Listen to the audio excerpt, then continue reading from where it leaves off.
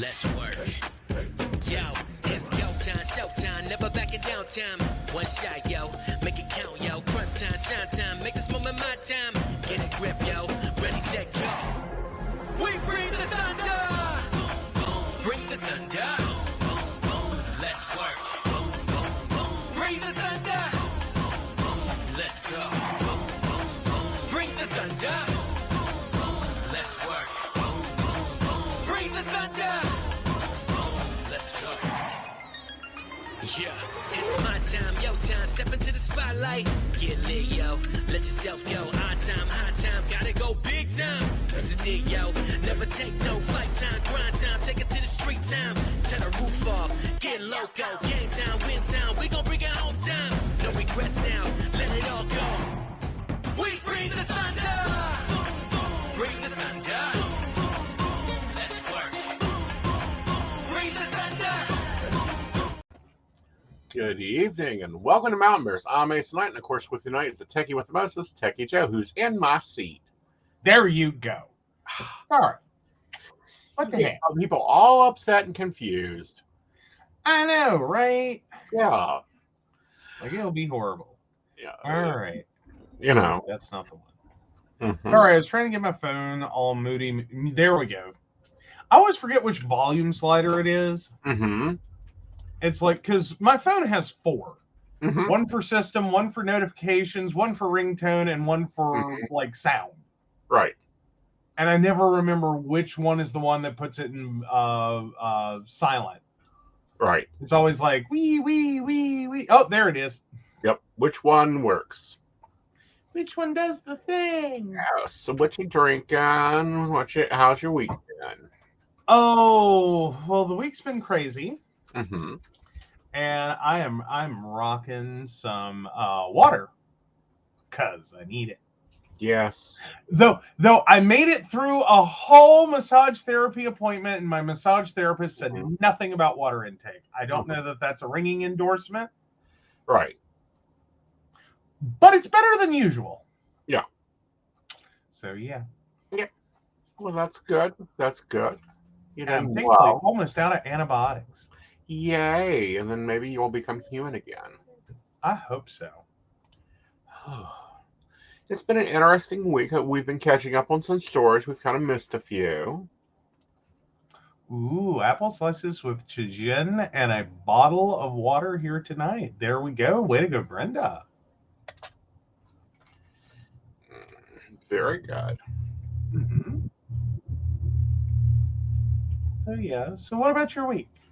I've been catching up. I mean, you know, we've got the Murdoch trial going on. Yeah, you know I'm watching it. Mm-hmm. So that's been interesting. It's been fairly boring, although Dick is a dick. And yes, the lawyer is the lawyer. Oh, yeah. I was weirded out. I thought, I don't know, it feels like it's been forever. Right. That this case has been going on. So you were watching some content about it. And I was like, oh, thank God they're at closing arguments. And you're like, no. No, that's opening. No, that's opening arguments that they didn't even think they were going to get to today. Yeah, because it took forever to seat a jury.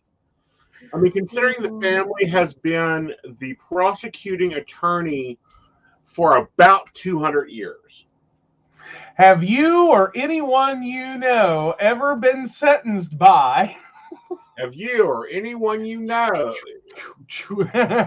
Literally, the first verdict question was, does anybody here know the defendant? And please everyone. You are excused.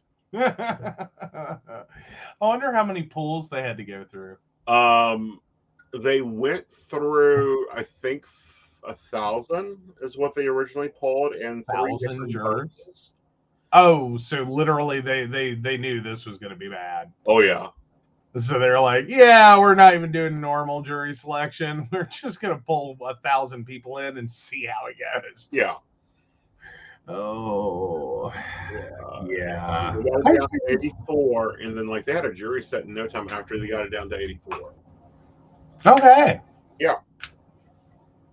Very nice. Very nice. It was. It was very nice. I really like the prosecuting attorneys. They seem to Mhm. be doing a really good job. The defendant attorney, though, I don't know if he's playing stupid or if he is just a dick. Okay, well, yeah. Yeah. Yeah. He can't hold still. He can't stand at a podium. He walks back and forth in the courtroom. He doesn't understand technology at all. Like, all of this is on video. And And he's super, super long-winded. yes, he does not answer questions. He doesn't Like we ask saw that in the questions. we saw that in the pre-trial motions. Yes. Because you had previously watched some content about that, like there we Mm-hmm. go. And yeah, because it has taken Mm-hmm. forever.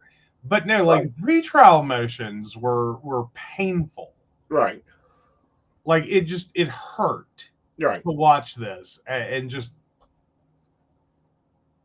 it's like, dude, you're not arguing the case in front of a jury. Right. Like you are on a pre-trial motion. Exactly. Like, And the judge is not having it. no. No. Now, what I do find highly interesting, and my students will love me for this, Mm-hmm. the judge makes everyone stand up in the court about every 2.5 hours Oh, nice. for a stretch break. Fair. Yeah. Fair. That sounds like a judge that has run into some people or has his own problems Mm-hmm. in which it's like, yeah. Yeah. Because right now Like they're this. entering evidence and it's so boring. Mhm. Because they have to enter every little snark and piece. What I find interesting is they can't find the weapon on a 17,000 acre plot of land. Whoops. Yeah, What? they can't find the two weapons. It's interesting. They believe it was two weapons. It's very interesting.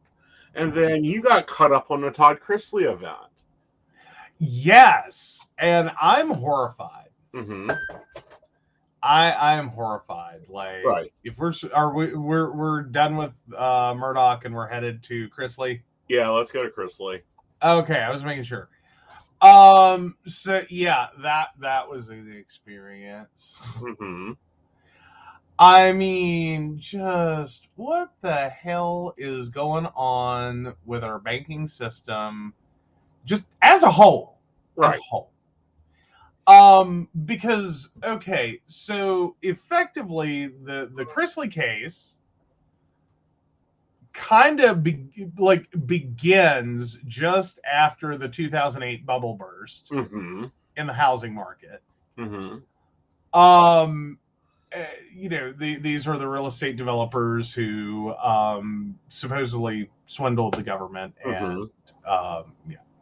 Well, at this point, they've been convicted, so Yeah, and now serving. and now serving time. But no, like I don't know, like, but this scam they perpetuated. Right. It's basically the same thing that Trump's been accused of. Right. Is effectively falsifying documentation of finances to report to show the bank in order to get loans. Mm-hmm. That information is Scrapbooked. Yeah. Well, but that information is rose tinted at best. Right. At worst, it's a full on, completely made up Mm-hmm. document. Right. What horrifies me is we're in the 21st century. Right. We're well into the 21st century, and by roughly 2009, I believe was when all this started. 2006. Oh, excuse me, 2006. So the other side of the bubble. Right. So 2006.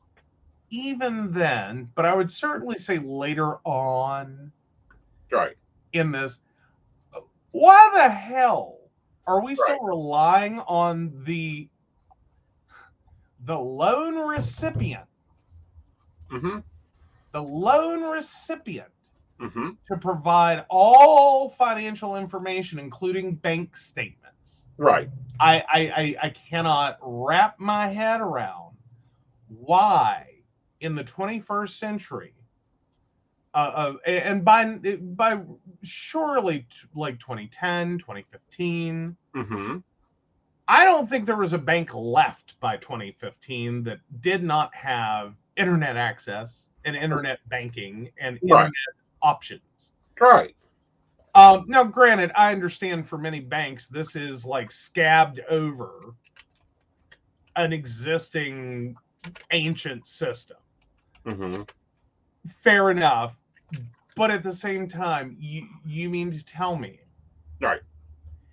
that nowhere in here, nowhere in a giant bank bailout, did any of these banks ever think, you know what would really stop a lot of problems with loan fraud? You know what would really accelerate the process of getting a home loan? Would be not relying on the data that the consumer gives us, but having the consumer sign a piece of paper that lets us go pull from the designated banks account information. Like send, in a standard, format, in a standard way. I would really think that all the money that banks are spending on lobbyists, maybe they could have earmarked a few bucks. Per bank. At least the major ones. And earmark some money to go into an interoperability system for loan applications. Well, and I think that should be very interesting to do, because what they kept touting was this $4 million in Merrill Lynch that was never really there and was mortgaged to the hilt, and then all these properties that were flipping, and it was like, are you kidding me? Well, and the fact that this covers, this all covers 29 loans. 29 loans. I'm sitting here going, okay, maybe in 2006. Maybe you were having some issues getting, that, to really verify the veracity of all this. Surely to God, after the 2008 bubble burst, the bank bailouts, and all the scrutiny that went into home lending. Which the bank bailouts were only for some of them. The community banks, which he is charged with, he personally called 20 of them to become insolvent.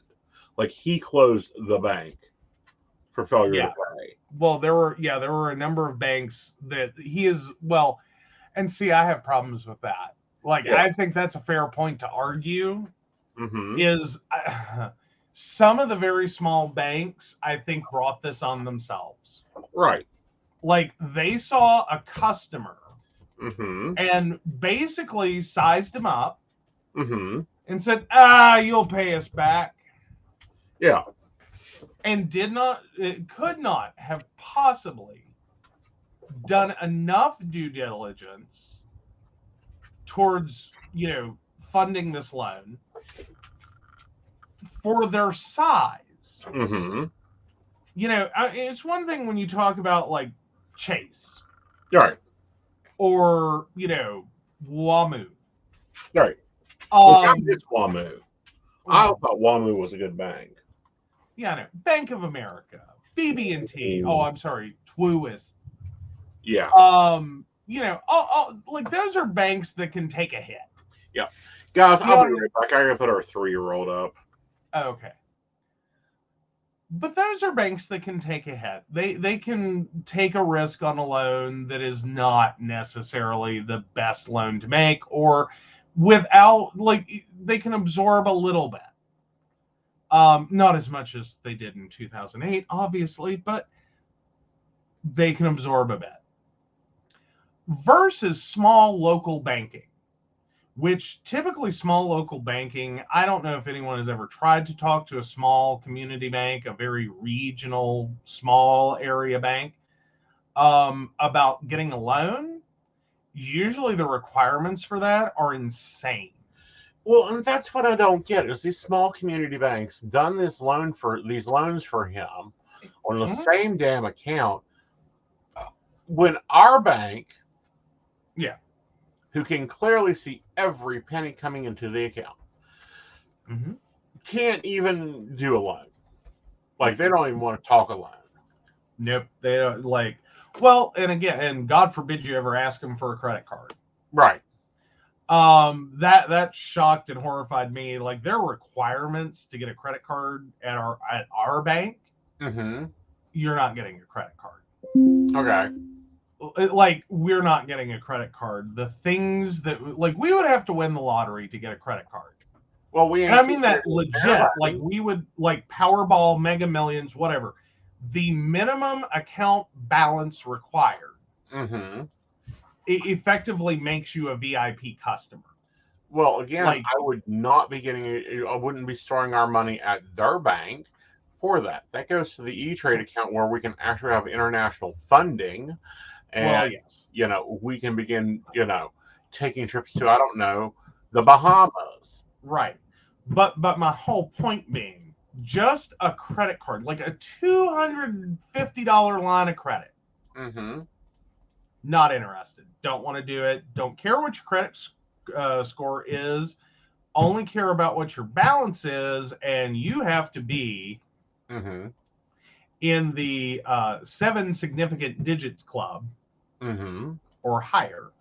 Right. Like, it's insane. And I'm sitting here going, I can't imagine the things that have to, because again, they're a small bank. They can't take many risks. Right. Like, their margins are thin. Like, I get this.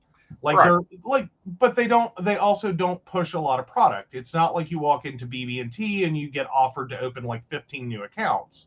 Right. We'll open a money market, a savings, a checking. Do you need this? Do you want a certificate of deposit? And they, like, literally just keep pumping product at you. Right.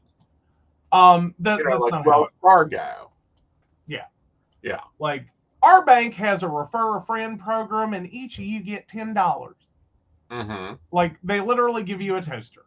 Right. Almost, if you can cover the tax. I mean, yeah. That's how small this bank is.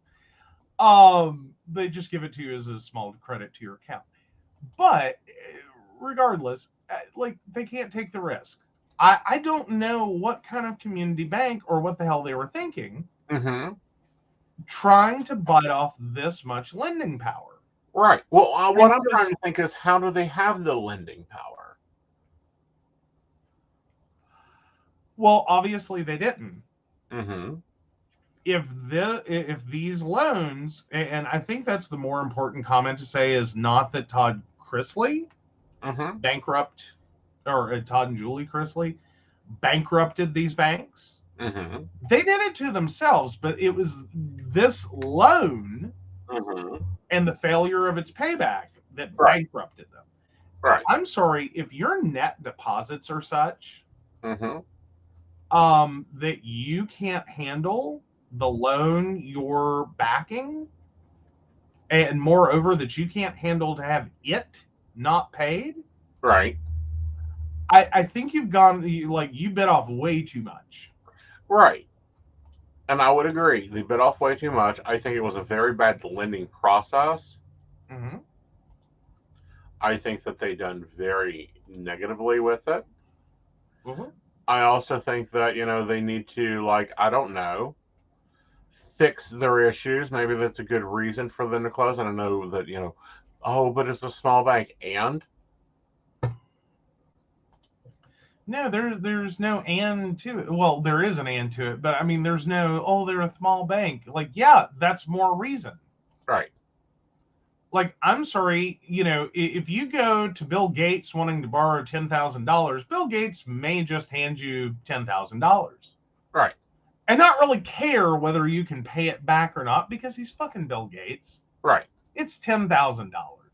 Right. Like, nowhere in his life is he ever going to be sitting somewhere going, oh, that $10,000, that's what ruined me.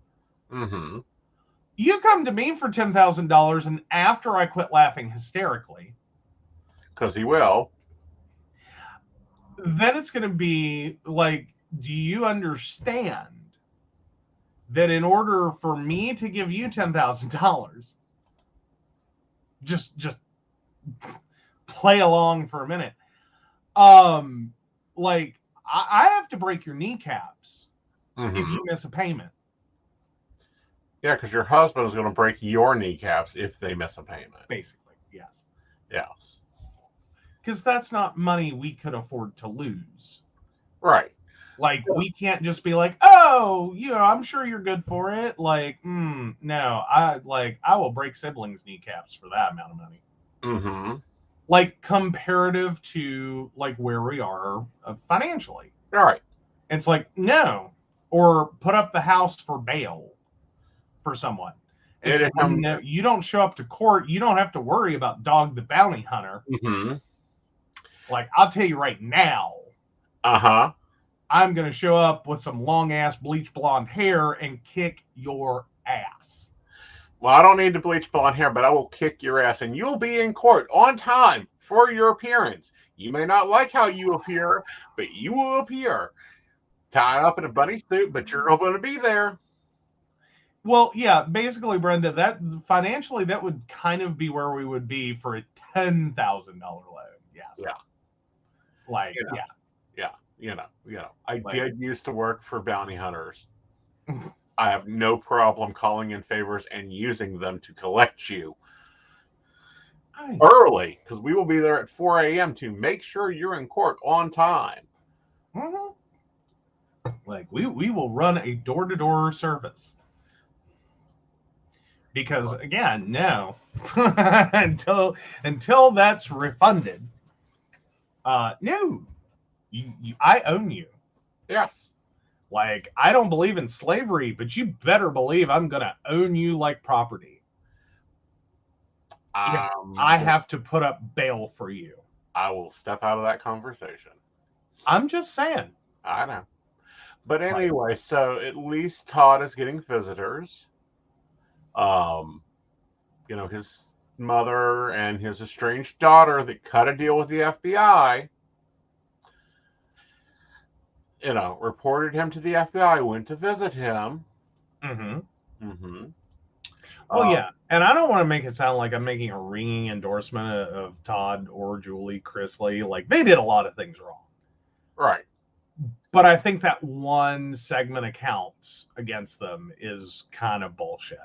Well, I think they've done a lot of things wrong, but I also think, and this is probably not popular opinion, I don't care, that the business partner that admitted after he got what is it? Basically, they can't charge him with anything, including a speeding immunity deal. Yeah. Like full immunity, not even partial or a few charges or qualified, whatever. Mm-hmm. Full immunity. Right. After he got the full immunity deal, I think he done a lot of it. Okay. I wonder if he did it before the deal or after the deal. Because that would make a very huge difference. Like, if he got the full immunity and then went and did all these things for them. Mm-hmm. Ooh. No, it was before he done the crime. Yeah. Well, yeah, and that's the fundamental point, is he is the one who did the crime. Right. They get to do the time. Yeah. Plus, the IRS lied to the jury. By stating that they never received payment for the taxes. And it's like, no, Todd paid you the payment. He paid you in 2019 for the taxes owed on the supposed income. You did receive payment. Yeah. So, horrible misstatement. Right. Yeah. I mean, granted, it took him forever to pay it. Right. But eventually it got paid. Right. But no, I mean, there's a lot of quirks in this one. Well, there is, and then I don't like the sentencing. And here's why I don't like the sentencing. 20 years. 20 years. Mm-hmm. Jen Shaw got less than 20 years. And she stole millions from elderly people. We have a government entity that has trillions in debt, and we have elderly living on Social Security's checks. Yeah.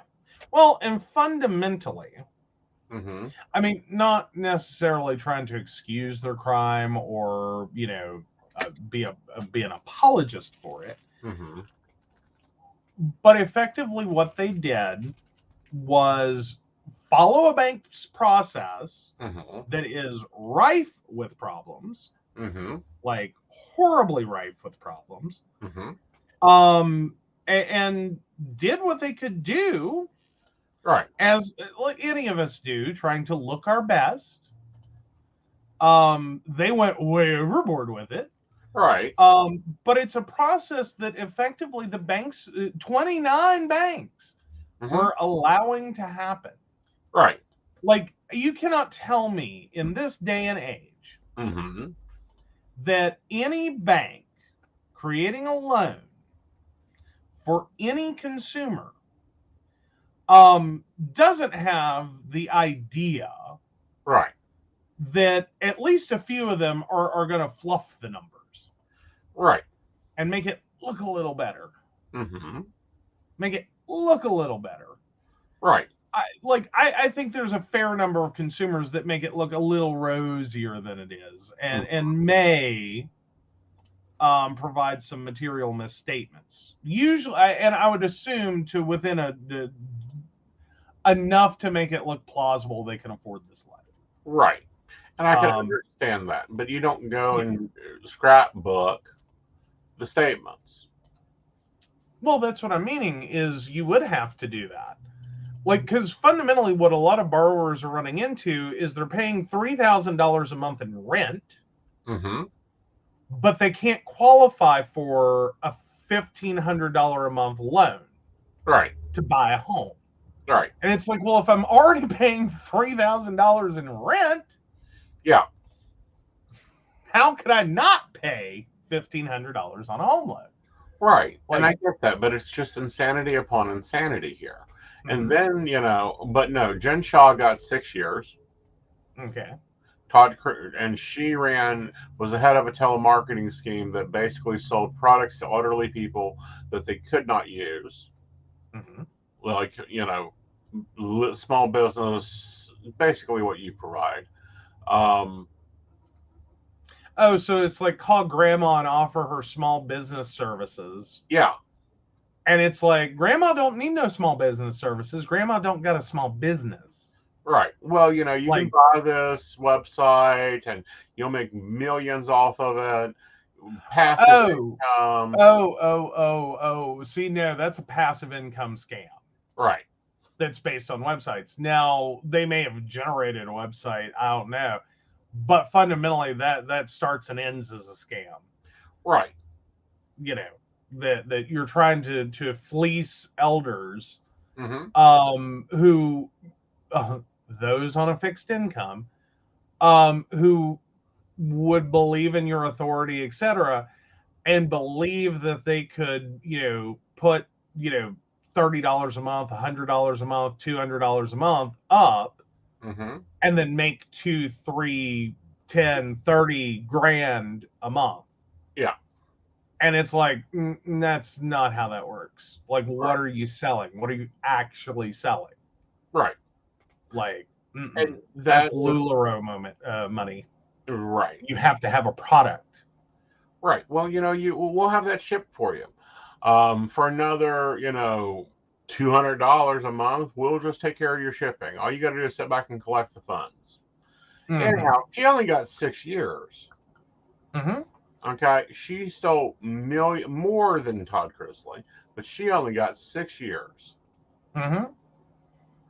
Well, and that one sounds like it was a much more intentional, like a higher degree of intent to deceive multiple reasonably unsuspecting consumers.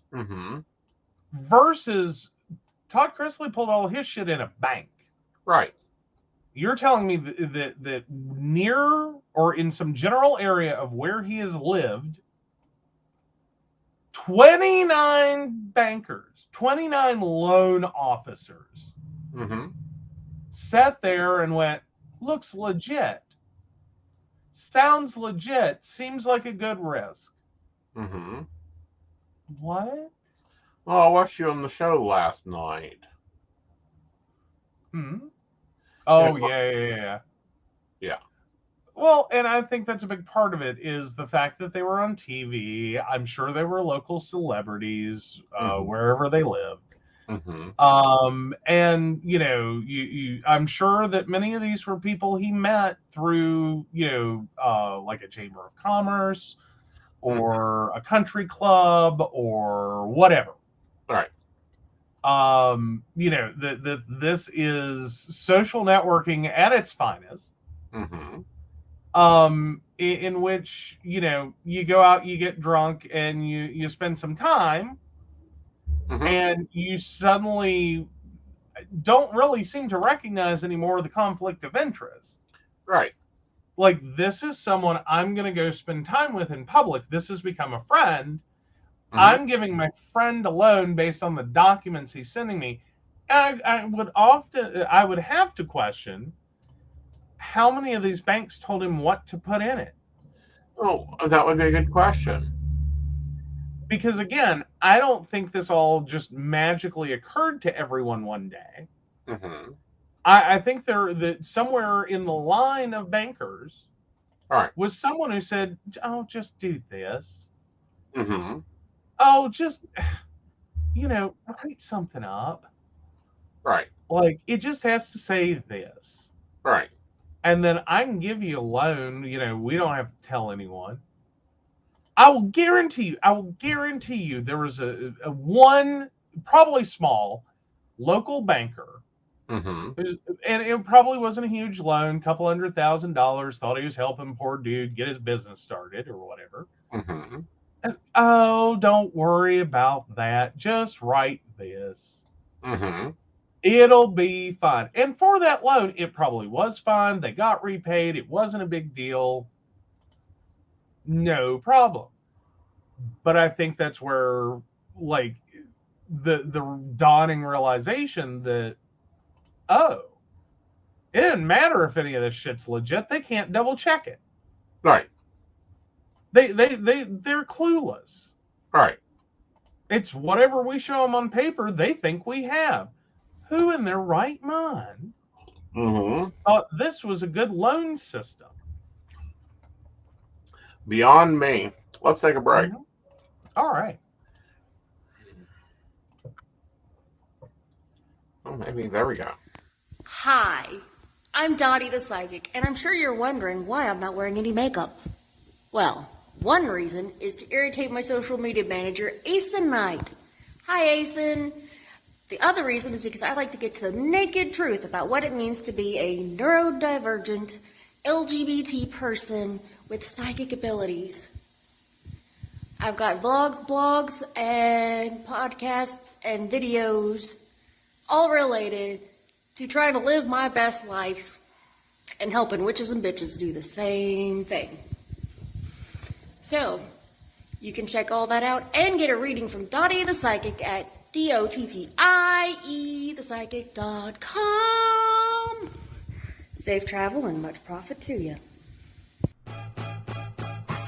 Do you have a cute pet? We know you do. Each week, Tracy Vann chooses from submitted photos a featured reader for her Facebook page and provides a tarot reading. Your adorable pet cat, dog, rabbit, goat, chicken, snake, or more could be her next featured reader. Visit tracyvann.com, TracyVann.com, and click Featured Reader to submit. We look forward to seeing your pet next.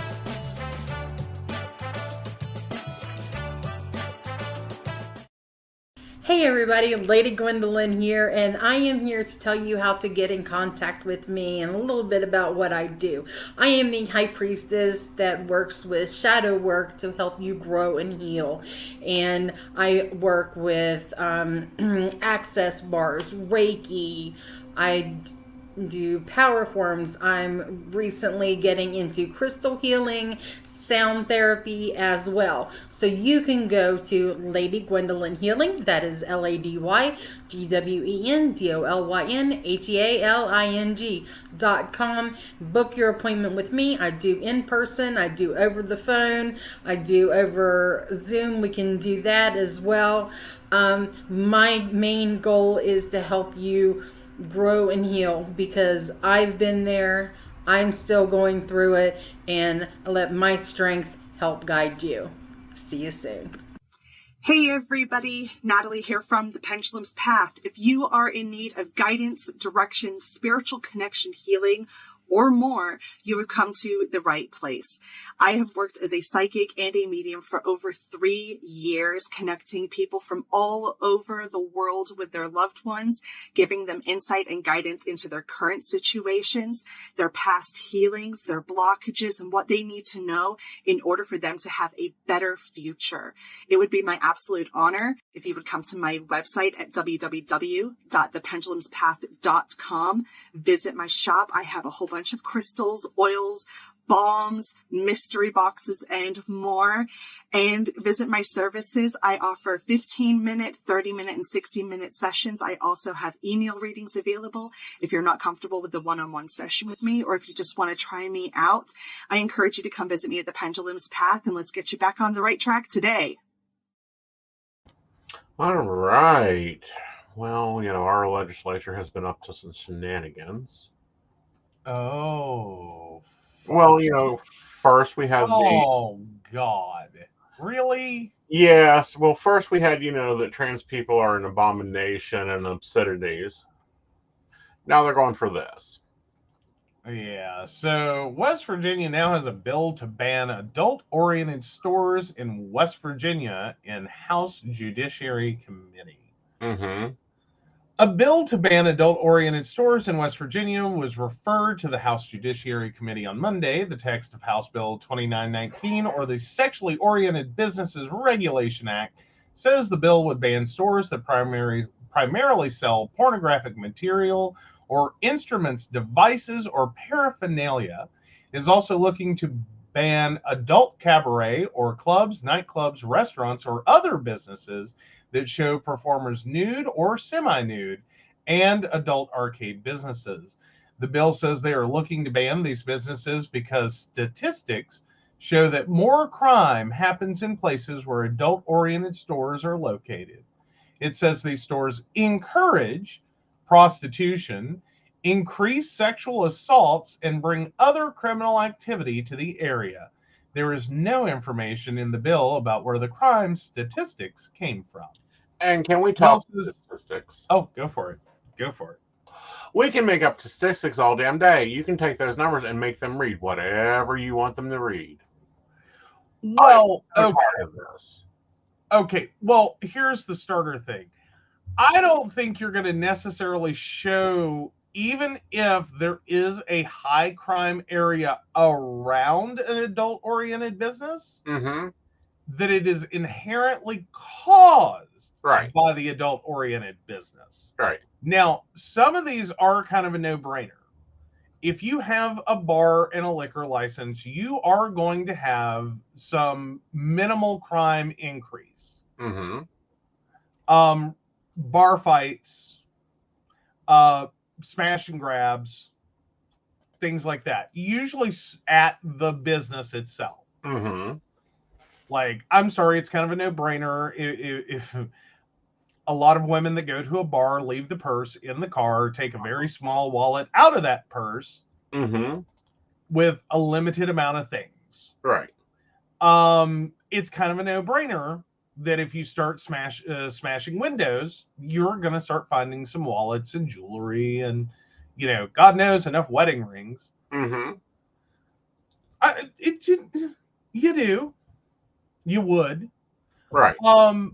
But then again, that focuses on like clubs, nightclubs, and restaurants, and just the existence of a business in a parking lot, period. Period. That I could see potentially being that's going to happen, but that's going to happen if you open a FedEx Kinko's. Mm-hmm. Like, it doesn't have to do with kinky. Right. It has to do with it's a business with a parking lot. Shit's Mm-hmm. gonna happen. Right. With a little more propensity towards, bar fights being at a bar. Right. Brenda brings up a good question. Mm-hmm. Yeah. So who will be the judge of what is semi-nude? How small is no longer a cocktail waitress? Uh-huh. Yeah. Yeah. This is what we're dealing with. Forced moral opinions is what we have unfortunately legislated into our government. Mm-hmm. And have to put up with. Yeah. Although I do want to go back to Brenda's thing real fast because it dawned on me after.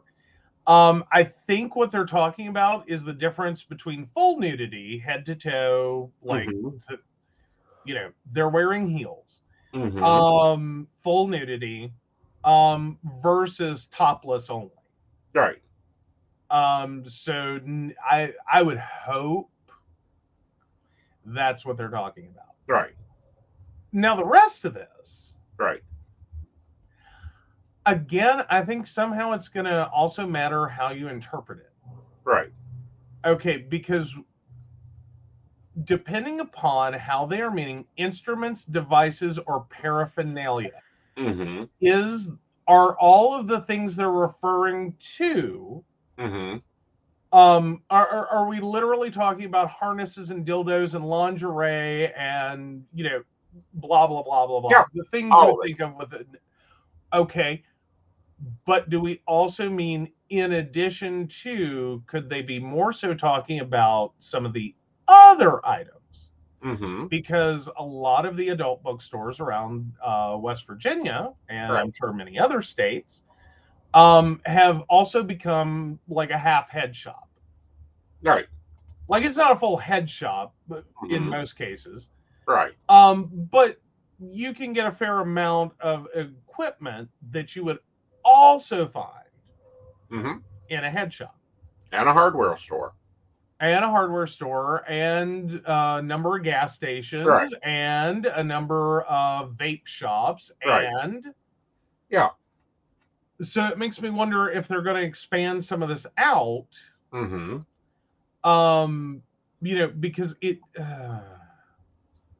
Because they kind of leave this wide open that primarily sell pornographic material or instrument, devices, or paraphernalia. Like, I mean, honestly, if that's exactly how that is written, right, one could potentially have a lot of issues out of that sentence. Mm-hmm. Because instruments, devices, or paraphernalia related to what? Right. Like, what specific does this specifically have to be sexually related? Yeah. And then I also would go on with that to go, could you in turn then deem like CVS an adult-oriented business? Can you deem Walmart an adult-oriented business? Because, hi, you can buy a vibrator at fucking Walmart. Not if this bill goes through, you will not be able to. Well, I'm saying, though, there could be a flash moment where they close down a Walmart the day this goes active if they don't pull it off the shelves. Right. Like, how effed up is that? Well, how effed up is the whole damn situation? So far, this legislature has taken the rights of teenage girls above the age of 13 to determine their own medical decisions when it comes to contraceptive. They have determined that, 2919, all right. They're trying to make it use an obscenity law to ban trans people from public.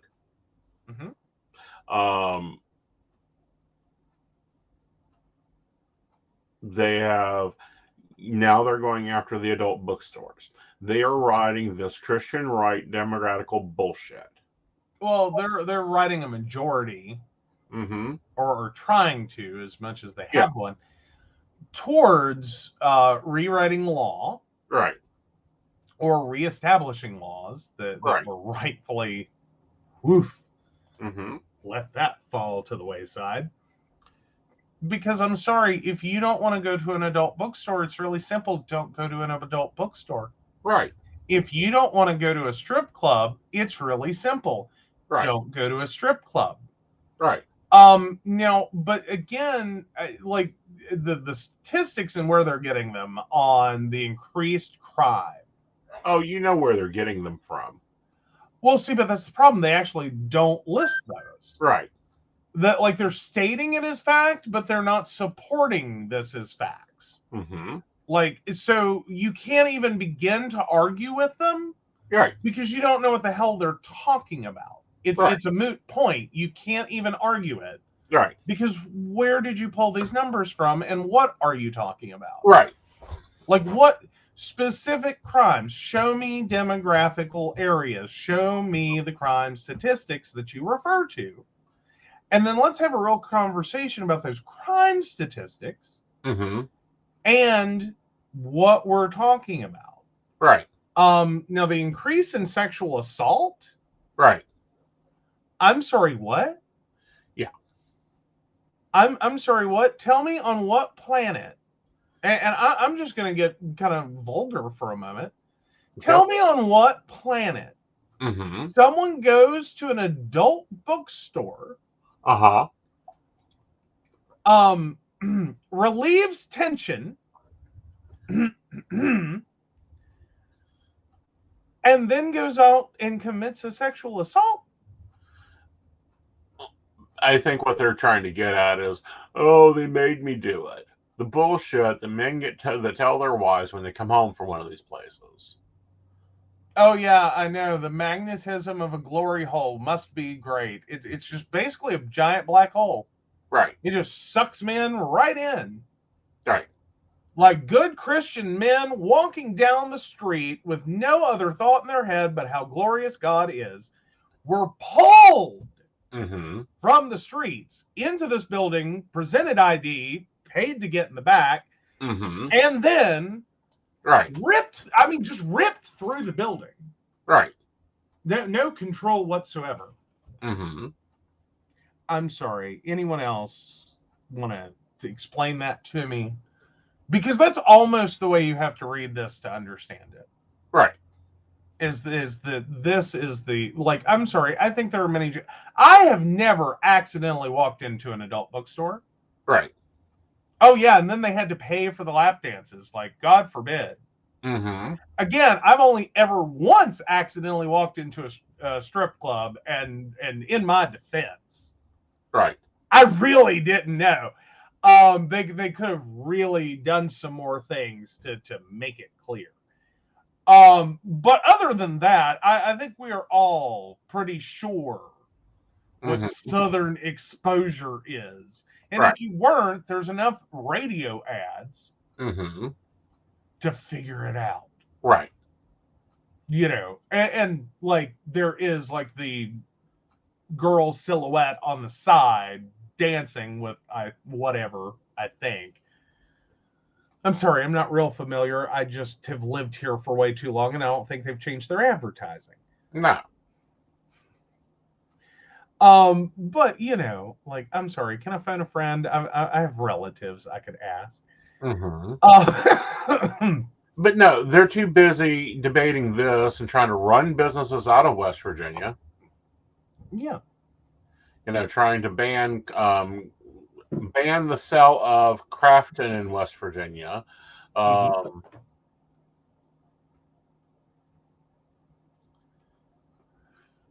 Yeah, we're trying to ban a lot of things that make money for the state that are otherwise legal for consenting adults. Yep. Versus, and do all this in favor of churches who pay no taxes. Yes. who continue to pay no taxes, but levy and lobby like fucking bureaucratic assholes. Mm-hmm. Like, I'm sorry if they, maybe those tithes shouldn't be going to lobbying the state's leaders. Right. And should instead go to, I don't know, feed the homeless, shelter the poor. Mm-hmm. Or, I'm sorry, shelter the homeless, feed the poor.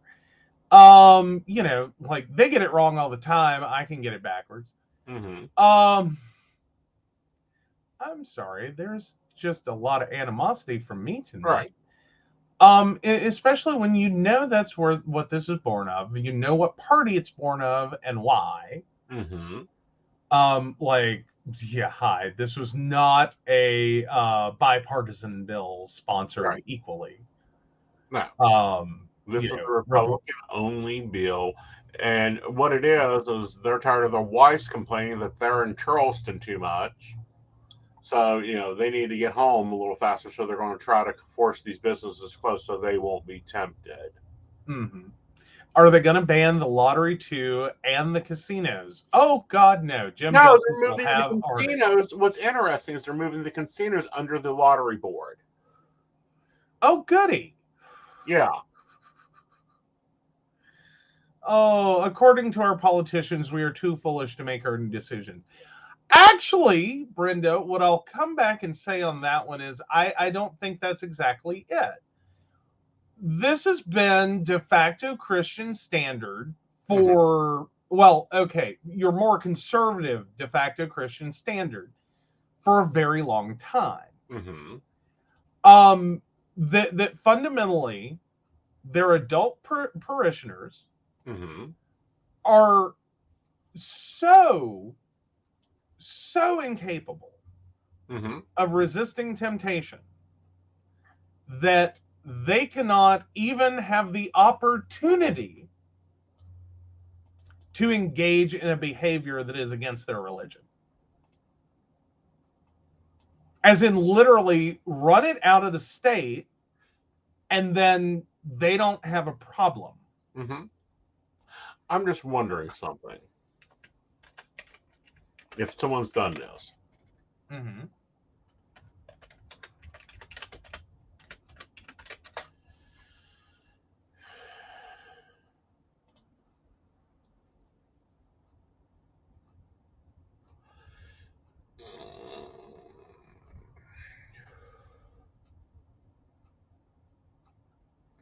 I was looking to see if there was a study of the average adult bookstore's taxes. Like, how much money does a bookstore bring in?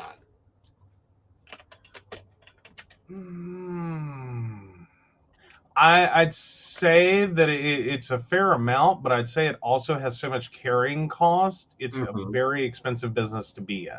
Right. You know what I mean? Like, it's one of those businesses you have to have a wide variety of product. Right. And fundamentally, like, I'm sure you make decent money, but I'd say the outlays from the beginning are really could probably be really troublesome. Right. Because yeah. I mean, that was a conversation I got into at one point, and it was kind of interesting, was the turnover rate of product in an adult bookstore. On average, they sell around 300,000. Okay. So 38% of that goes to taxes, which is what it normally does. Mm-hmm. Add it up. Yeah.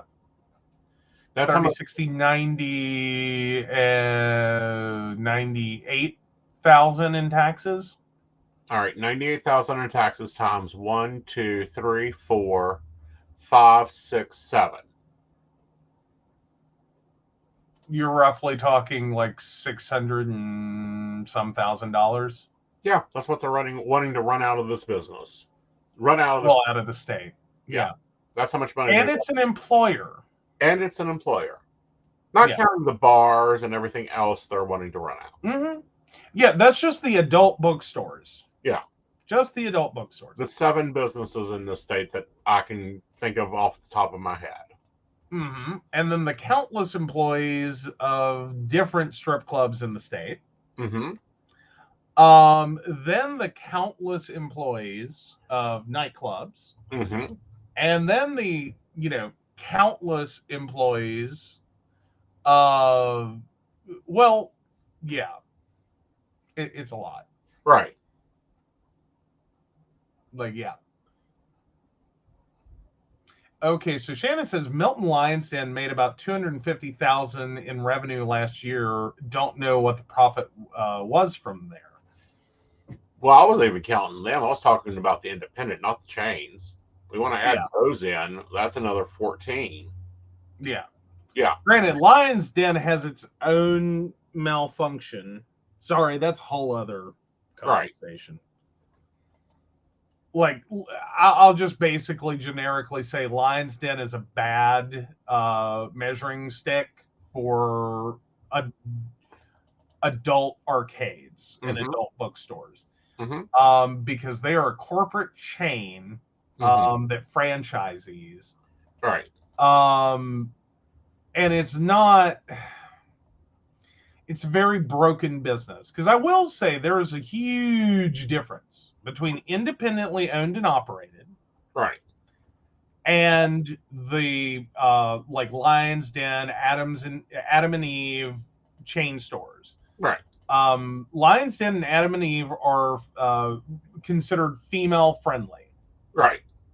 And what they mean by that is they have a lingerie section, and they are built more towards a committed married couple market, generally speaking. Right. Additionally, they end up hiring and being run by a lot of people who have no real understanding of the business they are in. And it has alienated me. Like, I hate going in a Lions Den, because I have pretty much eternally been annoyed and disappointed. Because no. Well, like, they're just crappy stores. Well, they are, but it's I've got a different opinion on them. Okay, and the reason I got a different opinion on them is more of as a consumer. What really gets me is that what they charge for their products doesn't make sense. Because I can go there and get a 32-inch flogger for like $34. You go to Mr. S and it's like 100, 150. Okay, but then turn around. What's the quality of differential? There isn't. It's the same flogger. Really? Really. That's what I'm saying. It makes no sense. Okay, someone's not. Okay, wow. Yeah. Sorry, I because I generally associate like Lions Den and product this is more toy product. Right. Like, it truly is a novelty item. It's probably only meant to vaguely be used. Yeah, to me, Lions Den falls in the same category as Spencer Gifts. Right. It's right on that line. Put your gift out of business. True. Yeah. Because depending upon how you look at that store, you could very much say it's no different than an adult bookstore. Right. Because a lot of the items that they sell are very adult oriented. Right. Like like, granted, some they do have a selection number of different products and a number of different things, but it depends upon how you really look at the store. Right. Because they do have a fair amount of stuff that's sexually explicit. Right. They have a fair amount of stuff in that store that is at least highly sexually suggestive or pornographic, depending upon how you look at it. Oh, so Brenda's saying, but as a chain, they can probably get a better bulk price than an independent store. Well, and that may be part of it. The other part of it may be you're paying for brand reputation, right, as a differential between Lion's Den, right, and Mr. S Leather. right, I really would have thought the two products would have been highly different. right, I mean, I could see them having similar product, right, but not necessarily the same right. quality product. Now, according to Billy Wolf, communication director at ACLU West Virginia, told Motherboard that it doesn't appear to be advancing, and we are cautiously optimistic it will stay that way. Yeah. But I'd be getting on the phone because there are much bigger things than our government needs to be taking care of in the state of West Virginia than debating over who can go to a parent-teacher conference, the parent raising the child, the parent taking care of the child, or not, and where I spend my free money at that I make work. Well, and moreover, like I know this is a primarily Republican. Well, it is a Republican-backed bill. I just can't see there being a whole lot of support among their fellow House members. To put it very bluntly, to close down the titty bars. Because that's what we're talking about for a good chunk of this bill. Right. I just can't see that being very popular. Right. I cannot see that being a friend maker. Right. Of like, you want a what? Yeah, I hope this bill gets about as much support as Marjorie Greene's bill did.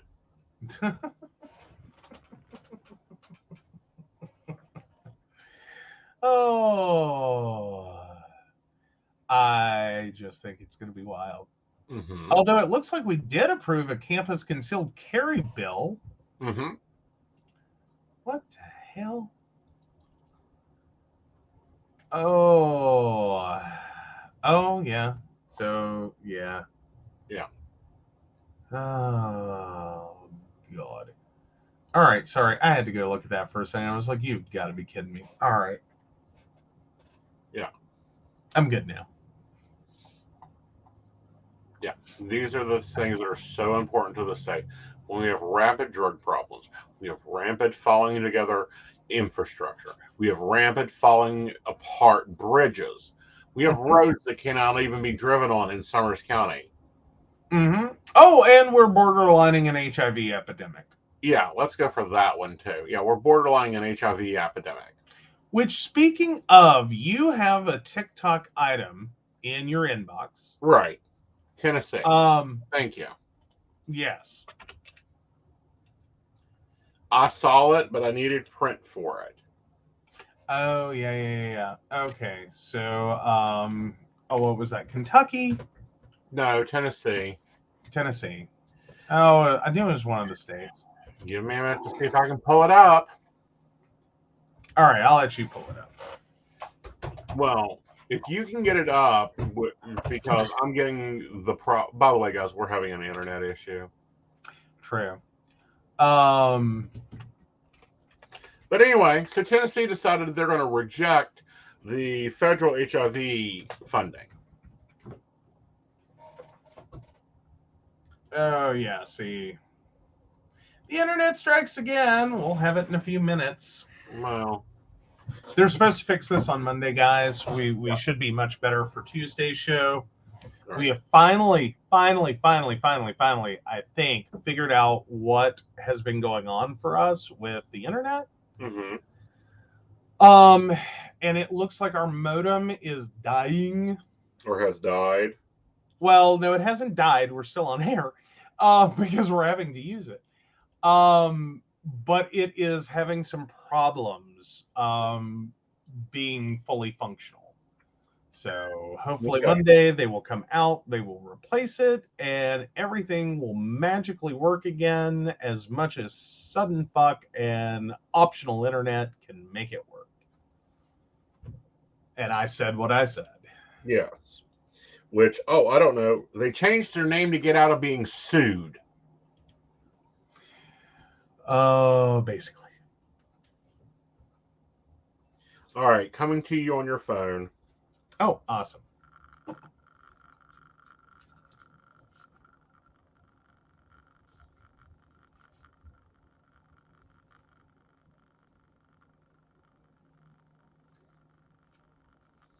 I want to cover this one too. Because it's just Okay. like blonks my fucking mind. Did we not Oh, yeah. learn from Mike Pence? Oh yeah, the like Mike Pence, Florida Governor DeSantis, like take your choice. Right, which he's finally starting to get pushback. Wait, I may be wrong. It may not be DeSantis who actually did this one. Oh, and of course it decides it wants me to sign in. Okay, go to the Chattanooga Free Press article coming up next. Okay.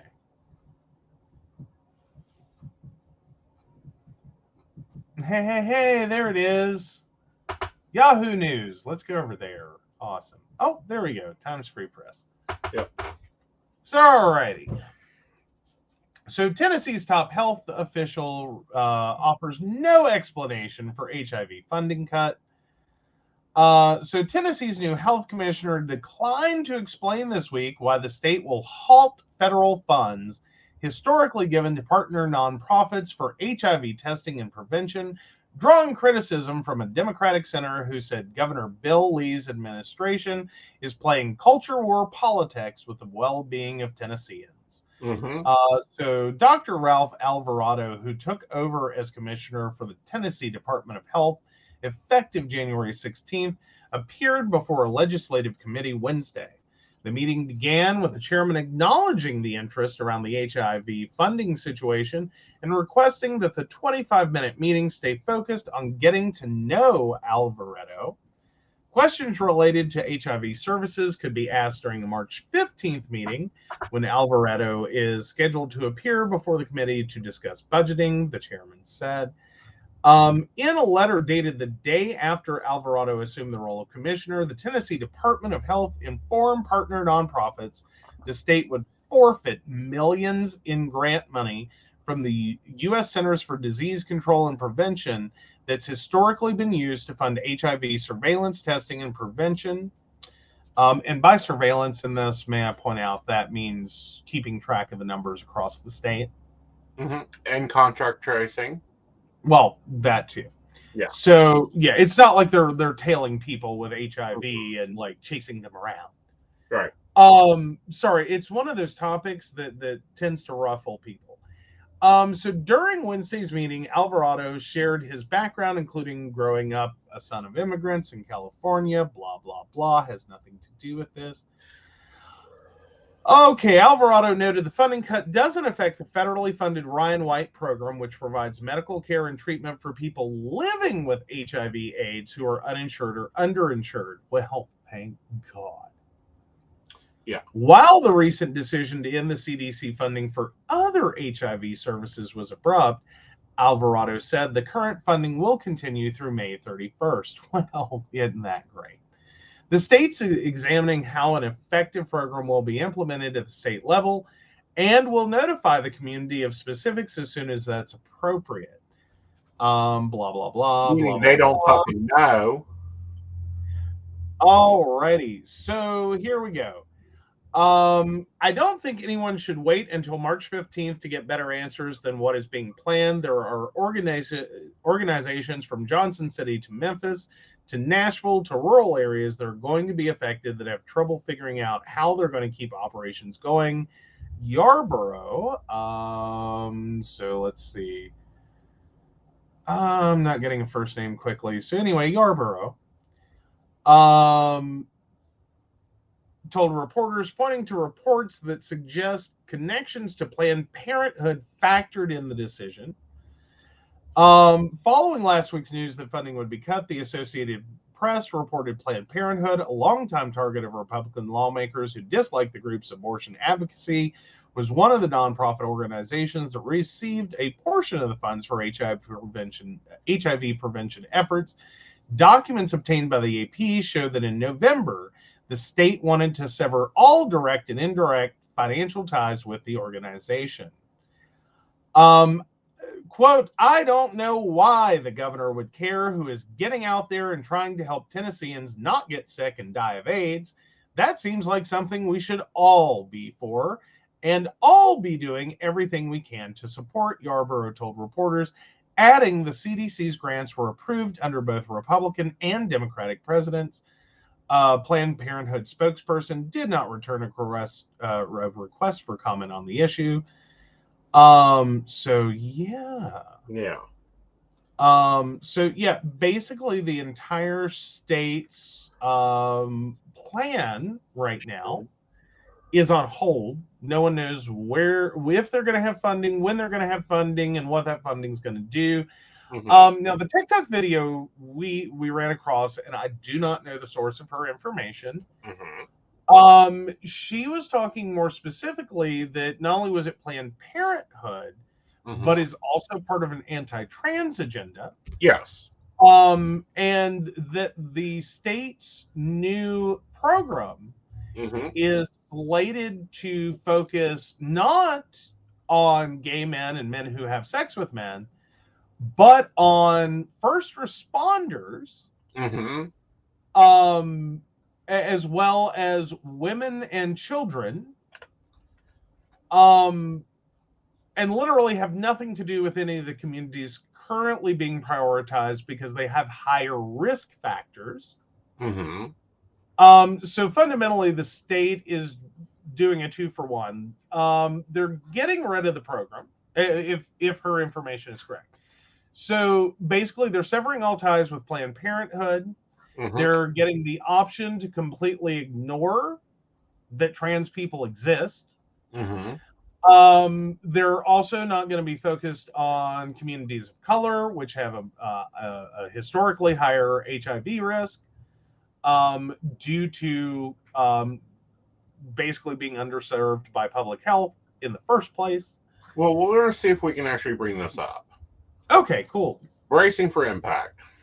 Oh, boy. Oh, let's unmute. Y'all, this Mountain Dew bottle full of dip spit is Bill Lee, the Republican governor of Tennessee. Dip spit here decided to reject millions of dollars in federal aid for HIV and AIDS prevention programs in his state. Why on earth would he do such a thing? I'll give you one guess. Who are the main targets of the GOP right now? Trans people. The controversy was triggered by the inclusion of transgender and abortion rights groups. See, Dip Spit had a little hissy fit by voicing his disapproval of 2 HIV grant recipients spotlighted in the conservative media, a task force on transgender health issues, and Planned Parenthood. So that's when Dip Spit announced that as of May 31st, they would no longer accept any money from the CDC for testing, prevention, and surveillance of HIV. You don't say. But Dip Spit says it's okay. We're going to match that $8+ million in funds ourselves, but we're going to do it the way we want to do it. They're going to continue to support HIV testing and prevention, but they're going to focus on first responders, victims of human trafficking, and mothers and children. And that's because the federal programs prioritize men who have sex with men and transgender people, particularly in communities of color who are at greatest risk of HIV. Wayne Smith, who runs a faith-based HIV prevention program in Knoxville, he is going to lose about $10,000 from his program. And he says it's pretty hard not to think that part of the motivation is to restrict funding to groups we don't like and don't want to support. an infectious disease physician at Washington University in St. Louis, said that the decision was a coordinated effort in order to try to dehumanize and stigmatize the LGBT community. You know, Yes. HIV programs has done so well for Indiana, where they had a huge outbreak of HIV. And in 2017, then Governor Rick Skeletor returned $54 million in unspent federal funds There for we go. HIV. And then the state saw the highest number of new diagnoses in the United Yeah, States. you know who else is on strike This for is that? especially concerning, Virginia. especially since Memphis, which is in Shelby County, Yeah, that was my Tennessee, problem listening to already this. has one of the highest rates of new HIV infections in the United States. Nothing like killing off your constituents to own the libs. Exactly. So already. YouTube, But that no. was for educational purposes. Meta, stay in your box. Mm. But no. So yeah, that's the easiest way to go through all this. And I'm sorry, it's not a lot of commentary. We're in total agreement. Like, I don't know how else to take the data. I don't think anyone else knows how to take the data. It sums it up pretty well. I really do think, though, that the governor of Tennessee being called a Mountain Dew bottle full of dip spit is probably an insult to a Mountain Dew bottle full of dip spit. Yes. That being said, Governor Dipspit, yes, what the hell are you thinking? Well, he's thinking that, you know, he'll kill off anybody that won't vote for him. I think it goes beyond that. I think we're in old thinking. Like stuck in the early 80s thinking. Mm-hmm. Pre-Ryan White. Right. Thinking. That at this point the state of Tennessee and specifically Governor Dipspit should be referring to this as grid. Right. That's how old his thinking is. Well, you know, here's the thing, and I really think the federal government should move towards this thing. And I think that it would really change politics real fast. Mm-hmm. You either take all the federal money or you take none of the federal money. Your choice. Because Tennessee depends on federal money to operate. We'll see how fast they put in. Cover. Mm-hmm. But no, there is nothing about making HIV testing harder to get, less accessible, less friendly, less targeted towards communities that need the testing the most, that does anything good for HIV prevention. Right. None of it does anything good. It will take time. Like, if they reject this money and it runs out finally in May, you're not going to see this problem next May, like this May or next May. It is going to slowly build. Because please keep in mind, there is a long window between HIV infection and the more commonly referred to development of AIDS. So you can have people freely roaming, inaccessible to testing, doing what people do, fully unaware, for many years. And in that time, 1 becomes 2, becomes 4, becomes 8, becomes 16, becomes 32, becomes 64, becomes 128, becomes 256. And that can happen very rapidly. Right. That one new infection can very rapidly spread through whole communities.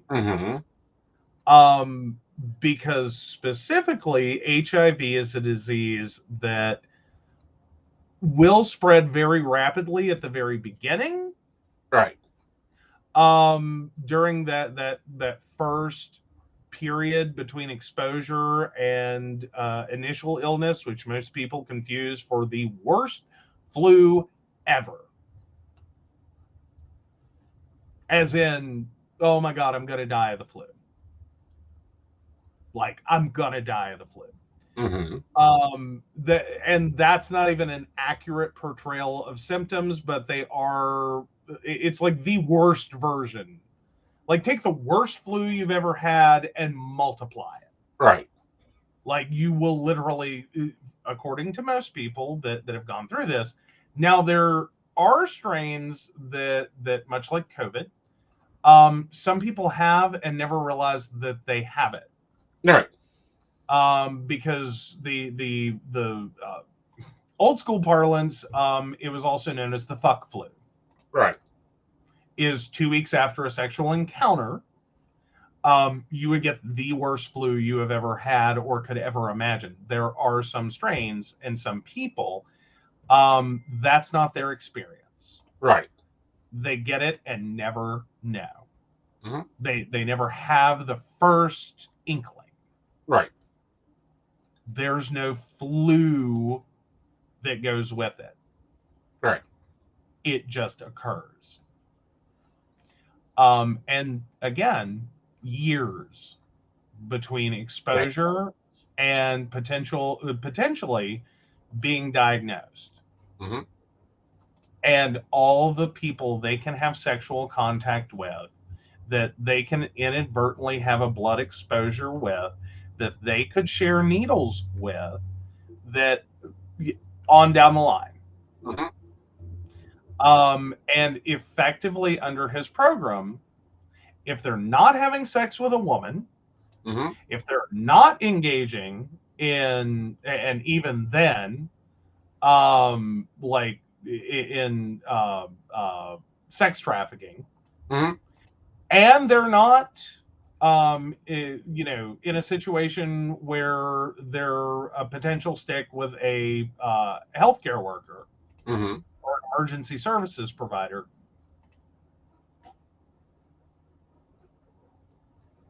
it's going to be luck of the draw. Did they have a surgery? You'll get screened if you have a surgery. Yep. Or you'll go back to, it's not really a good way to do it, Mm-hmm. but it is a way to do it, is, you go back to when you donate blood, Mm-hmm. or plasma, depending on your choice, Mm-hmm. that gets screened. Yeah. Yeah. And again, that's if you are already a viable candidate to screen. Mm-hmm. As in, the men who have sex with men community, Mm-hmm. as in gay men, bi men, men who do not have, that are straight but do have sexual contact with men. If you check that box on your blood donation form, Mm-hmm. you're automatically ineligible Right. to donate blood. So again, it doesn't become an HIV test unless you lie on that form. Yep. And again, that's a horrible time to find out. Right. A lot of this is taking away the ability of a community mm-hmm. to have easy access, mm-hmm. And protect not only their health, but the health of their sexual partners and anyone else they're around. And there's a lot of misguided notions that all of the queer community, all of the gay community, looks like the first 2 rows of the damn gay pride parade. You are horribly mistaken. Yes. That is not like that. That's an important part and a very celebrated part and a very fun part of the gay pride parade. Mm-hmm. There are doctors and lawyers and bankers and accountants and bakers and childcare workers and teachers and, that do not go out in a thong and a pink feather boa to the gay pride parade. They march towards the back because they're not as fun. Mm-hmm. They're wearing sensible shoes and things you would expect to see, normal human beings wearing day to day. Mm-hmm. Not every bisexual man is open with their bisexuality, especially not with female sexual partners, because there is a huge stigma around bisexual men. None of this even gets into the married but cheating men,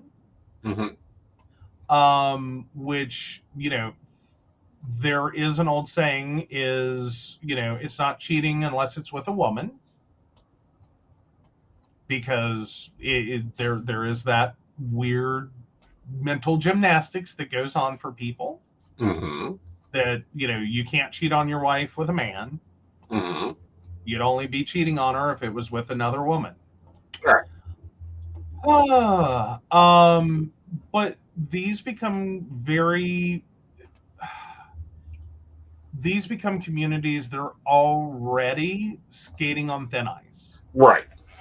That have limited accessibility to testing. Like, they're not openly telling their doctors, like, oh yeah, by the way, I had anonymous unprotected sex, you know, in the back of my truck last night, and then I went home and, you know, had sex with my wife. They're not bringing that up at their general practitioner. Right. At best, the messaging has sunk in enough that they are at least going to their county health department once every couple of years. And or when they have a specific problem,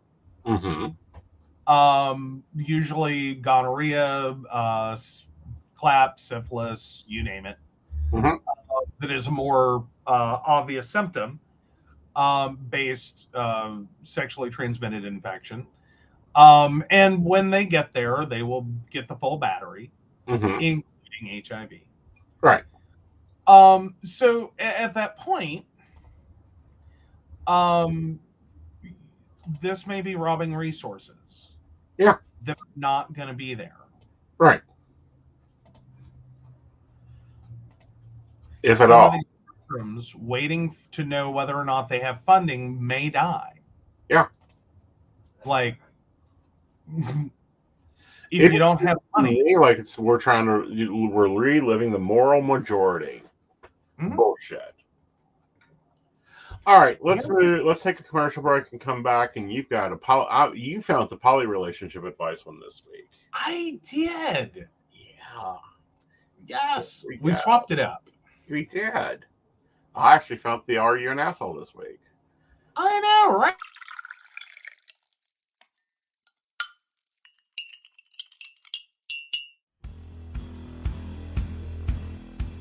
Welcome back, goblins! My name is Jason, and I am the host of the Esoteric Book Club, a podcast that examines titles on the magical, paranormal, the mysterious, and the strange. I release 2 episodes a month, in which I review books on esoteric topics, recap news of the weird, and conduct interviews with authors, practitioners, and experiencers. The Esoteric Book Club can be found on every major podcast service, or can be streamed directly from esotericbookclub.org.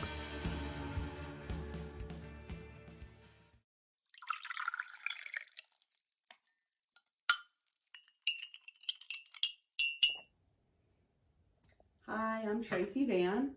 I provide a blended reading consisting of mediumship, psychic, and tarot cards.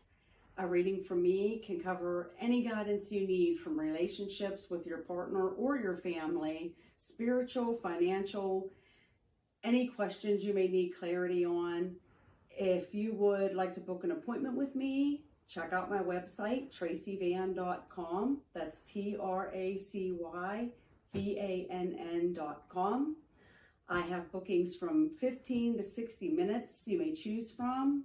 That helps if you just have a quick question, need an answer, or if you're looking for a reading in more depth, I'm here to provide the guidance and clarity for you.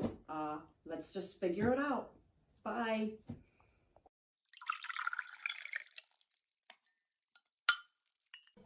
Hi, Techie Joe here. I work with Aeson Knight and some of the best psychics in West Virginia to create amazing live streams and podcasts for the Psychic Coffee Shop Network.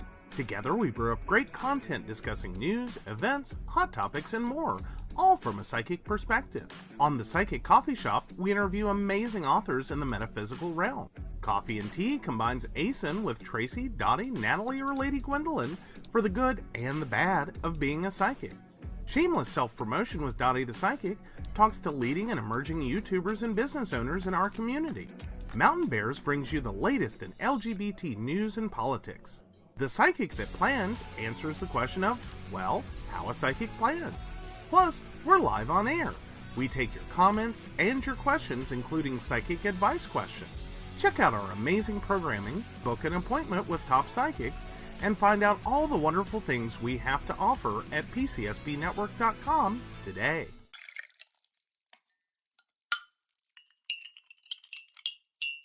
Hi, I'm Aeson Knight. I provide tarot readings covering everything from love and relationships to your life questions and your most spiritual answers.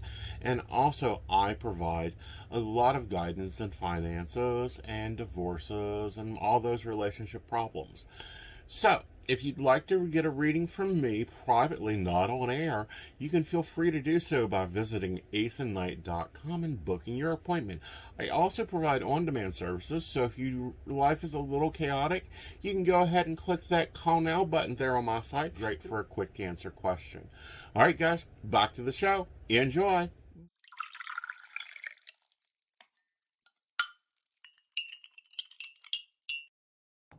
All right, welcome back. Now let's jump into the poly pool and see what we can do to clear up some relationship issues. Oh God, we're just going to do it all backwards. Yeah. Well, no, we normally do poly. Yeah, no, you're right. Let's do Are You an Asshole first. All right, Aeson is the asshole for bringing my daughter to work. Go for it.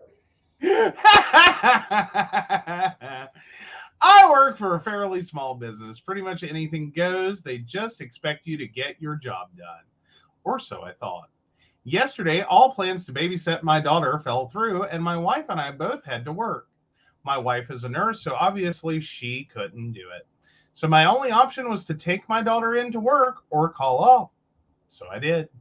She's barely old enough to walk, so it was kind of hard, but still I got work done. She was mostly just happy as a clam being in my office and playing with toys. Anyway, no one said they had a problem with it until this morning, where the owner wanted to speak with me. He said it set a bad precedent, and I was lucky not to be fired. We're pretty much friends outside of work, and I'm vital, so I know he wouldn't really fire me, but he went on to say that other people will want to start also, and I need to be more professional. He said he's paying me to work, not run a personal daycare. I know that it's his business and he needs to think about it, but no one else is going to start doing whatever they want because I brought my daughter in for a day. I usually have like 3 hours of doing nothing by the end of the day anyway. I'm not falling behind. I don't think I'm an asshole. I'm the only one who can do what I do for his business, and he needs me around. He's kind of an asshole for treating me like a wage employee when I'm so indispensable and being so reliable and useful to him. Am I the asshole? See, here's the problem. I first have a problem with his first part of the argument. Okay. My wife is a nurse, so obviously she can't do it. Where's she a nurse at? Is it a nursing home? Believe me, you would have had 78 babysitters. Fair enough. I grew up on the floors, okay? Well, true. I'm sure they don't allow that anymore. I'll debate that one because I'm sure that they did at one time and still do. Oh. Okay. Like I promise you, there's been some kids took to work. Okay, but assuming like hospital trauma ER nurse, okay. ICU nurse, okay, we'll cancer give them nurse, right? Like I could see how as a nurse she may be completely unable. Right. And I don't think it's a big problem. I'm sure that there's other shenanigans that go in there too. My problem is the way the boss put it. Yeah. You know, lucky to not be fired. Right. Sorry for what? Here's the thing though. I think this is a moment where malicious compliance is needed. I don't think you're the asshole. I very much think your boss is, but I don't think you're going to win this argument. Mm-hmm. Like, you took it to Reddit. I hope you wanted advice, not just to be told that you should fight him harder on it. Right. I think it's time for malicious compliance. The next time you have a child care situation, right, I highly suggest you call in. Right. And let it be his decision as to whether he wants you at home or he wants you in the office. And I would probably make very sure to say that you are professionally calling off, because unfortunately you cannot find childcare, and you absolutely understand that bringing your daughter into work is unprofessional. Yeah, I don't think that is unprofessional in the least. Now, if we were talking about every single day of the week from like after his wife returned to work, through like preschool, I could understand someone having a problem. Right. And being like, okay, this is excessive. Right. Like, if he were legitimately having problem keeping up at work, if he were legitimately doing this every single day or 5 times a week or 4 times a week, 10 times a month, whatever. Right. I think you could start to have a bit of a discussion about, I'd really prefer your daughter not be here. And I think that would be how, as a boss, you would want to start that conversation. That, I'm sorry, but this does not work as a childcare solution to just bring your daughter into work. And I think even in this situation, if that had been the conversation, and no threats to fire, none of that crap, just point blank say, I'm really not comfortable with you bringing your daughter into work. Can we find a way to work around this in the future so that doesn't happen? I think if the conversation had been there would be no post, there would be no asshole. Well, and see, here's my view of it. And my view of it is this: I am an employer. We've had a child care situation within this.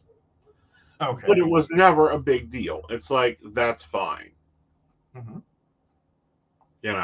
Please, bring something to entertain them. Okay. Well, and we've had clients that have had to, like, when we have met here at the house, bring children with them. And we're like, that's fine. Yeah. I don't have a problem with that. And I think most offices, as long as it's a safe environment. Right. I mean, if you're working in a machine shop, don't bring your daughter to work. Right. Don't bring your son to work. Don't bring your child to work. Right. Not a safe place. Right. Manufacturing lines, blah, blah, blah. This doesn't sound like the case. It sounds like regular small business. Bring your daughter to work. It's not going to hurt anything. Your daughter is not going to be injured. This is not going to pose a real liability for anyone. Maybe some spilled coffee. Right. Maybe, a knocked over plant. Nothing that is going to destroy the office. Right. Again, I think this boss horribly overreacted and has actually ruined a relationship with what sounds like a good employee. Right. All over something that, had you have, one, never said anything, may never have happened again. Right. Or two, would have gone a lot better for everyone involved. If you had checked the command and control at the door, right, and been like, what's going on? Okay, I'm not really comfortable with it, so maybe let's not in the future.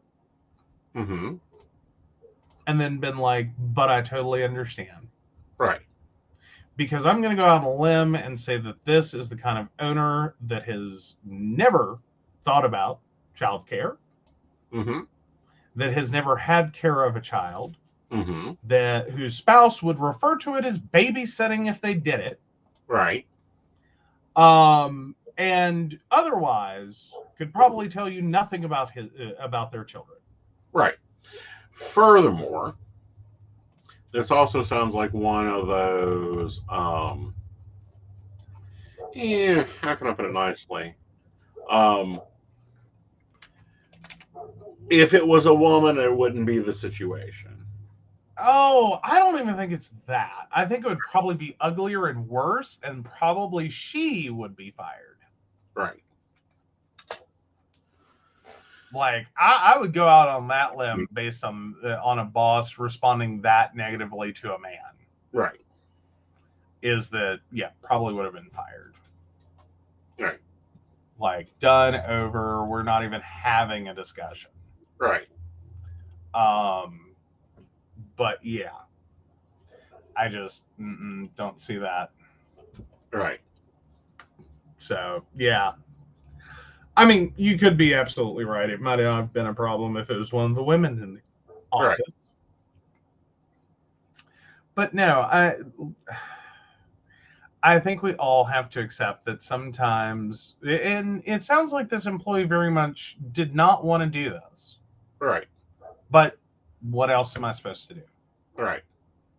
I can't get a hold of my regular child care. My wife is unavailable to be a child care provider. Like, tell me what I'm supposed to do. Right. Like, there's nothing about my child care duties that would prevent me from doing those with my work. Right. With little to no impact. Right. And I'm assuming this child stayed happy as could be and not a loud screaming disaster through the day. Right. Because it doesn't sound like this child was a loud screaming disaster. Right.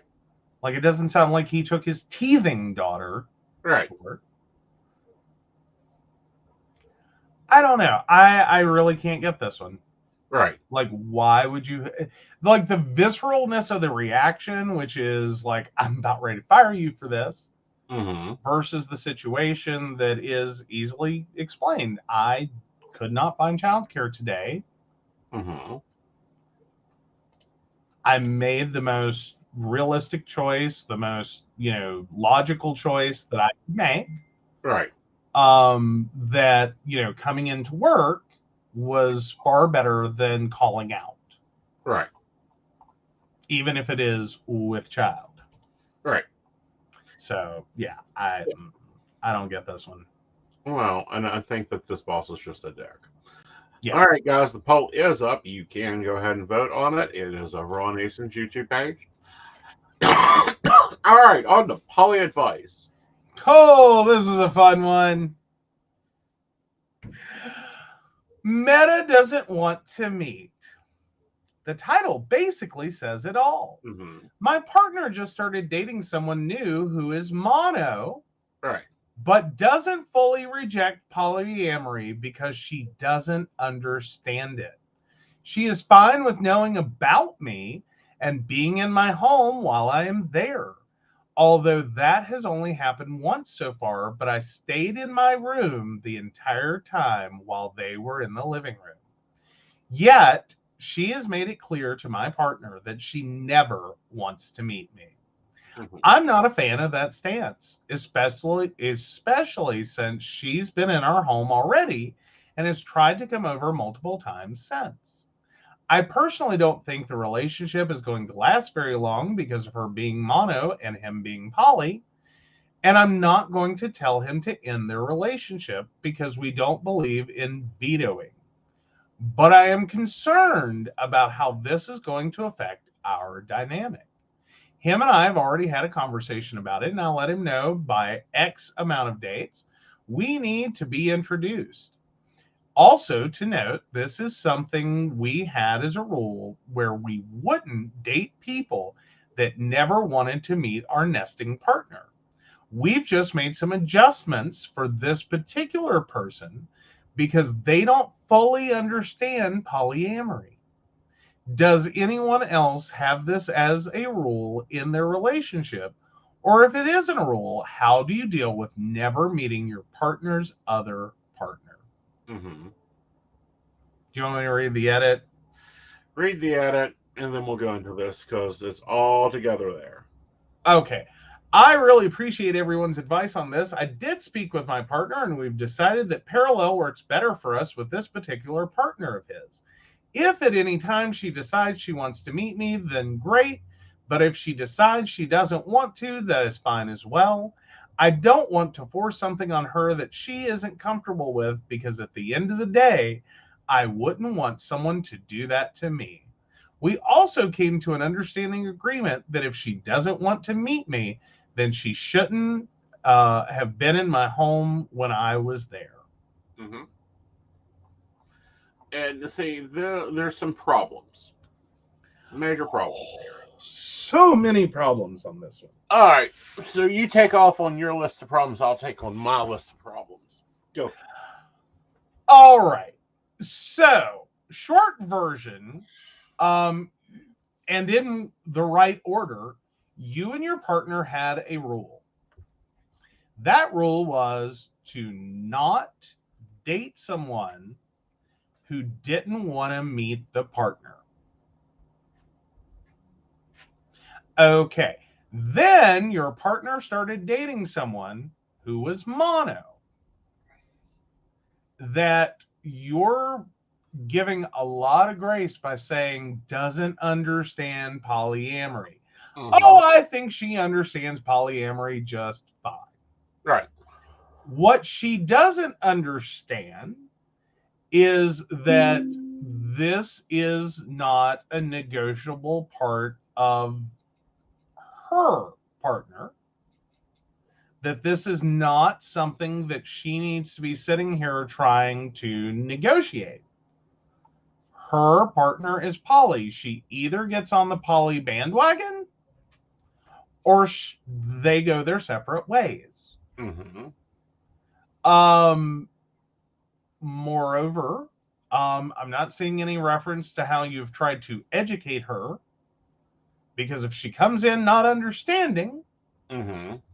the next intelligent step would be to educate, to ensure that she understands what she's getting into. Mm-hmm. And what this is and what it isn't and how it works and how it doesn't work. Second, or third, I don't know where I'm in the list. So you adjust the rule, not train the new partner. You adjust your rule to allow them to date, and then you try to put a limit on it. Mm-hmm. Like, the genie's already out of the bottle. Yep. Now you're trying to say that by X dates, you want to cram the genie back in the bottle, and either they get with it or they get out. Right. But then you turn around and you don't want to do that. I'm confused. And fundamentally, you seem to not get that you and your partner establish not only a rule, but a boundary. Your partner effectively met someone who violated that rule and boundary. You willingly violated your own rule and boundary. Mm-hmm. And you have pushed yourself into a corner where she, the new partner, is calling the shots. Mm-hmm. And I think that that's a problem. Oh, I think all of those are problems. Yeah. Okay. Oh. First of all, the horse is out of the pony. Mm-hmm. So she can't come over. She don't want to see you in your house. She can't come over. Real easy to set and settle. Mm-hmm.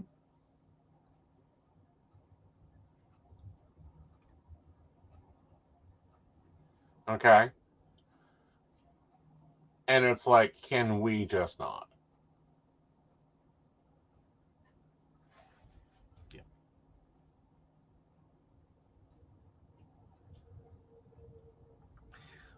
Here's my next thing, or my final thing, is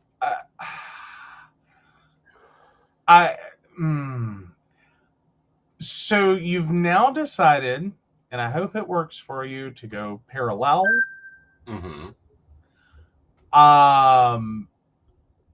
I don't think that was the lesson or the experience that you needed to be getting out of this. Because I think the bigger one is that fundamentally you have now entered the point where your agreements only exist until one or both of you finds something that violates the agreements. And then you're going to bend it, and then you're going to break it, and then you're going to change it. Right. That is not the right order to do those things in. All right. Typically it's run with what you got until you encounter a situation that could violate it, discuss it, and change or not bend, change, and run from there. Because now I'm sorry, this sounds like I have major problems with the partner, not the meta.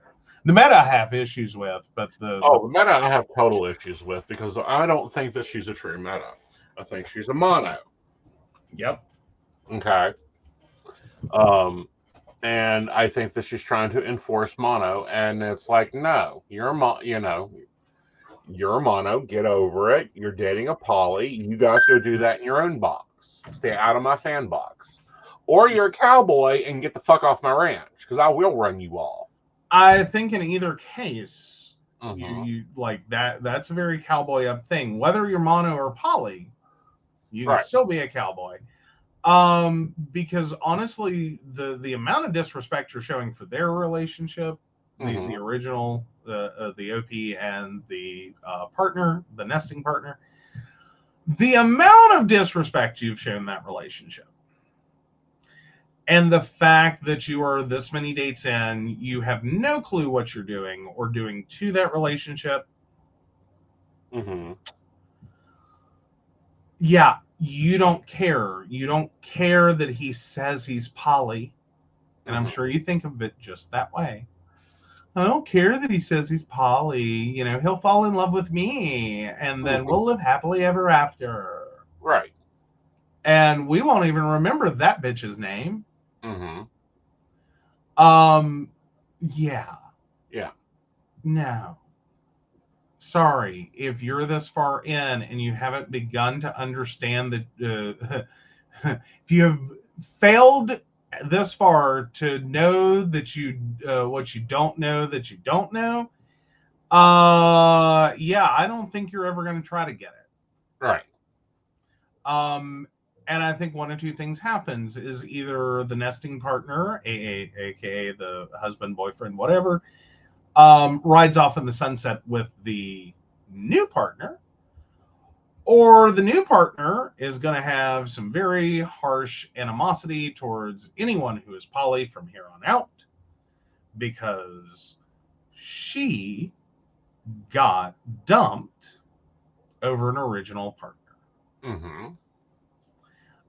Because basically she's cheating this, she's treating this like he's cheating. Right. And she doesn't really care. Right. Yeah. And see, what I don't get, and this is what I do not get, because as a hinge, I get pissed off very quickly. And you've seen me lose it on a few dating partners. That start the cowboy behavior. It's like, that will end quickly. We will cook you alive. And it's like, no, that's my problem. I have to go deal with it, and I'm out of it. I don't get that. Yeah. It's kind of like, and this is something that's becoming more and more of an issue in our community. dating with children. Oh, God. What the fuck? Like, did we not learn from all the songs that we grew up on? Why does everyone care if you have children? Why? I don't get it. I've never gotten it. Mm-hmm. Like, I know it's a different situation. I get that. And I could even see or understand that some people are just like, nope, don't want kids, don't want anything to do with kids. Kids not part of my life plan. Right. Thank you very much. Have a great day. Exit stage left. Right. But just like everyone, Mm-hmm. like, because we have a friend that is going through that, and like every time they try to date, that's the response they get. Right. And I don't get it. And I it really sucks. don't. I've had stepkids. Well, they're kids before. They're wonderful. I love having them because then I can take them out. We can go do things.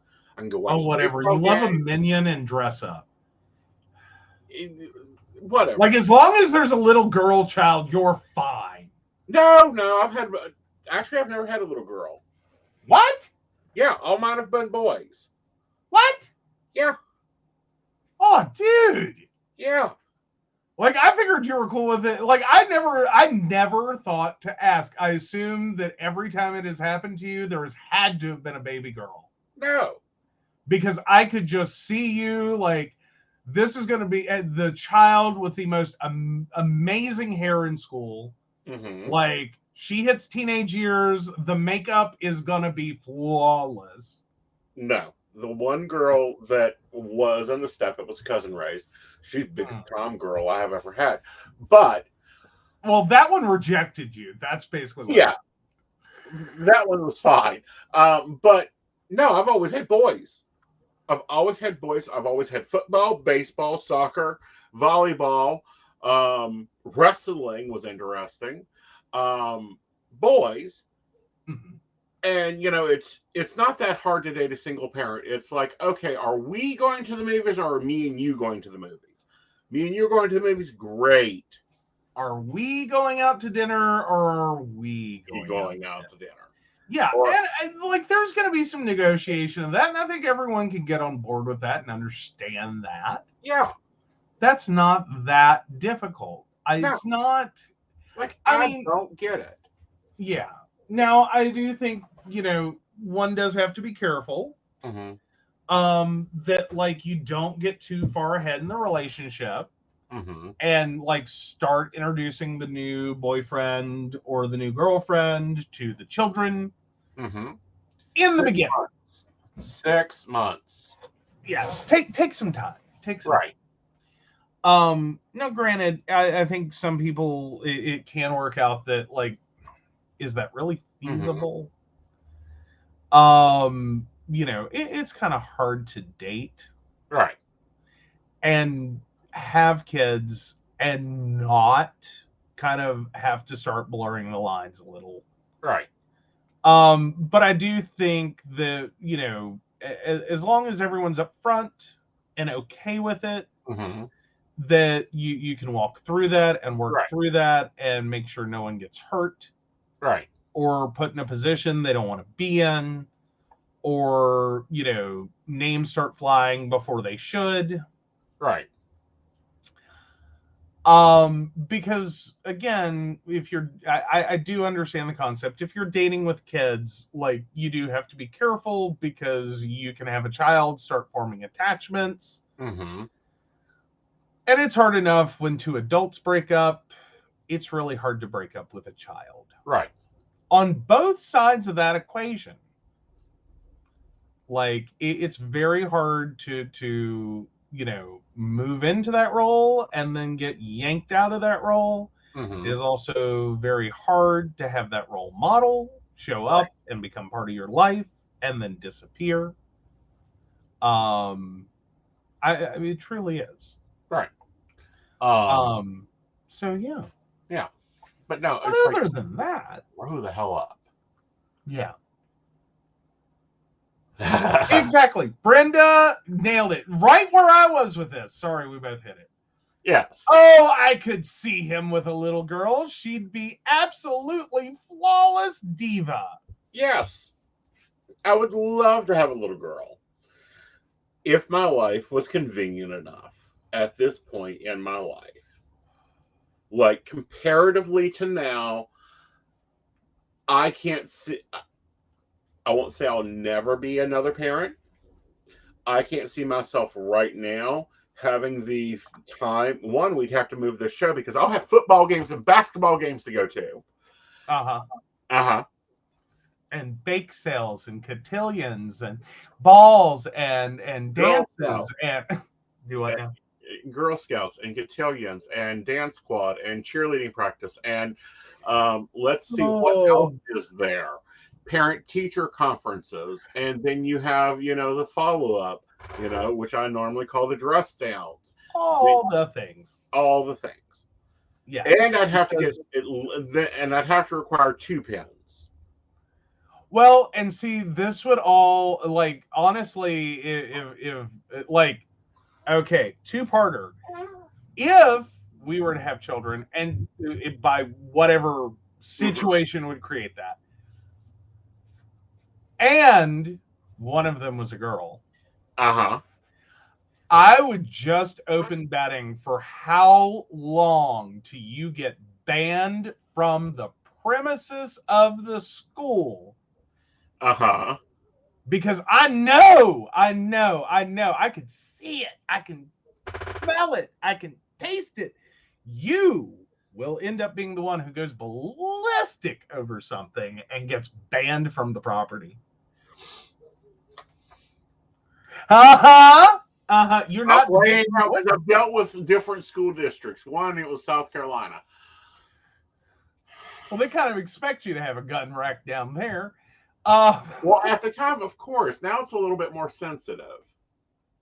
Well, yes, very. Because I only had to take one teacher to task, and that's because she kept calling me Mrs. Oh, no. And it's like, no, ma'am. It's Mr. Like, the beard is not the result of hormone replacement. Oh, no, this was not even there at the time. Oh, okay. Yeah, that's back when I was fully shaved. Oh, okay. But no, I don't mean like he would be involved in a school shooting. Like, no, he never. No, I would be like, but I mean, teachers like, apart.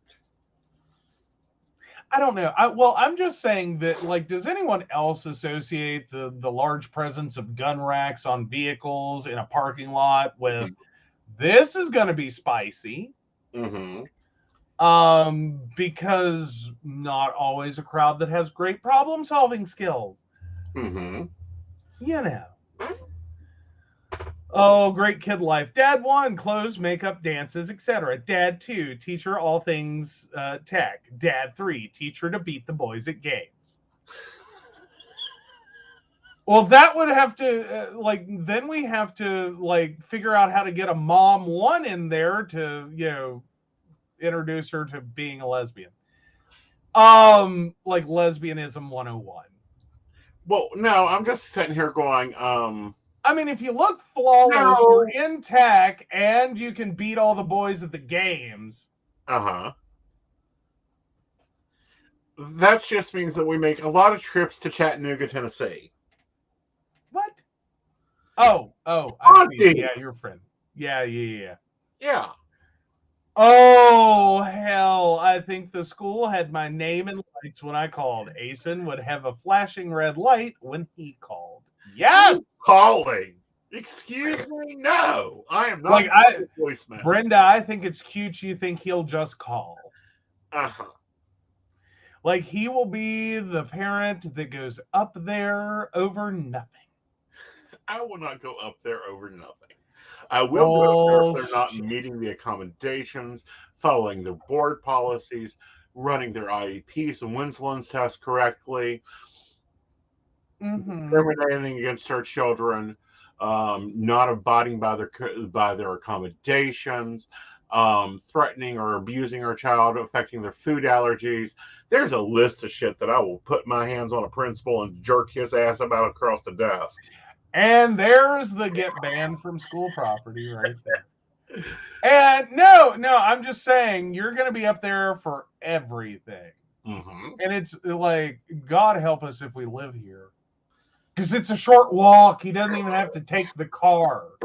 It's not like I can take his keys and make my day better. Because you know who's going to get the phone call. You know who's going to get the phone call to come collect your crazy ass other half. Yeah. Or better yet, the call that says, "Hi, this is a collect call from Fayette County Corrections." Southern Regional Jail, whatever it is. Yeah. Southern Regional, this is a collect call from Southern Regional Jail. Honey, bring me my checkbook. I have to write an $87 check. But I'm whipped another. Sure thing. Love you, miss you, gotta go bye. He said bring it. He didn't say when. Actually, I need to check and see if they've updated their policy. Throw a little house party, pick you up in the morning. Yeah, whatever. Then you'll have to Dad 4.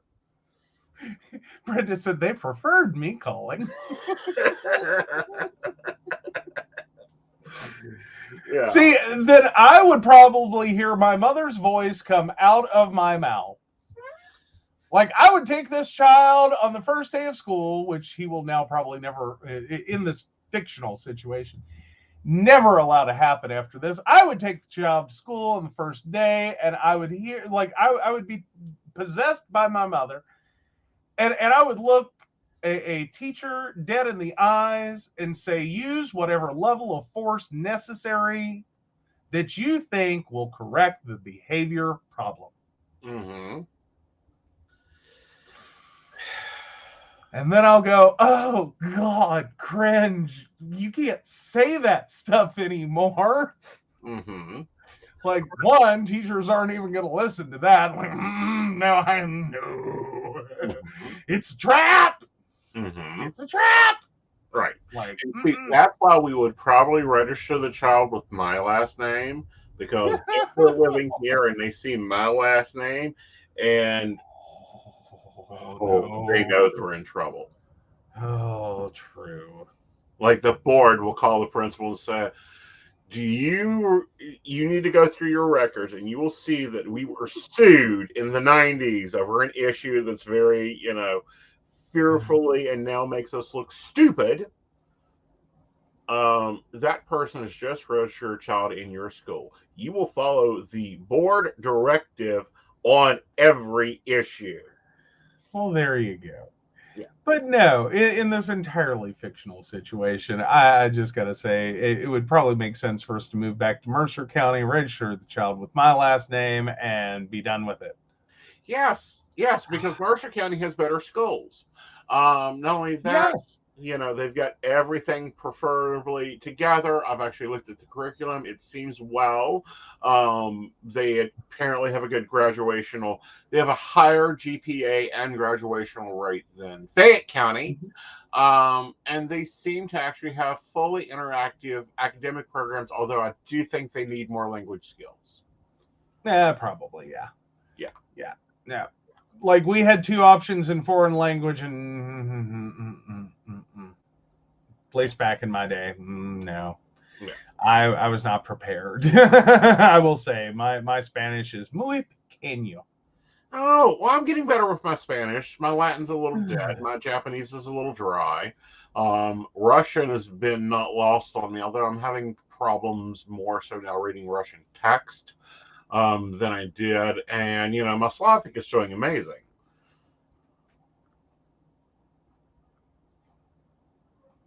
Well, there you go. But no, Mercer County would be easier. There would probably be a record scratch moment of your whose child? Uh-huh. And then probably a brief moment of whose grandchild? Uh-huh. And then I have to have that awkward moment my mother had of no. Mm-hmm. No. Yes, I know you have one of my grandchildren enrolled. Uh-huh. Already. Mm-hmm. A couple of grade levels above. Mm-hmm. No, this one's mine. Mm-hmm. Like, no, not here to register a grandchild. Uh-huh. So, yeah, that's fun, especially when your sister shows up the next year and registers your nephew. Uh-huh. One nephew on one side, one nephew on the other side, and it's just a fun day. Uh-huh. Well, not only that, but you also have connections within the school, and, you know. Well, I know a fair number of... apparently with the school, so that'll just keep us all engaged. Do what now? One of your wonderful clients that, you know, took care of Mercer School's problems with treating their teachers badly, that assisted your sister in graduating early. Oh, yeah. Anywho, do not register a fictional child in Oklahoma. Fair enough. We'll check that out. Thank you. But no, I'm just sitting here having this moment. Like, I think I could navigate Mercer County schools a lot easier. Agreed. Like, I mean, my elementary school principal is currently the Mercer County superintendent. Okay. And I could deal with her. She was a very fair woman. Mm-hmm. Like, she was very, very fair. Uh-huh. Now, every once in a while, I'll get the wrong end of the stick, and she's got a temper. Mm-hmm. But talk to her in logic and reason. Don't escalate it. Uh-huh. You will get her back on your page and in your corner real quick. Escalate it and, you know, fuck around and find out. Right. Like, I feel like she may have invented the words. Right. Fuck around and find out. Right. Just because that pretty much sums up her personality. Very good, very, very good principal, very good superintendent. She has not gone through any of the crap the previous superintendent did. But no, and some of the people that I had as teachers, I think, are still around. They're going to be very confused. Right. Some of the people I went to school with are now teachers in the Mercer County school system. Mm-hmm. It's going to be awkward. Right. Like.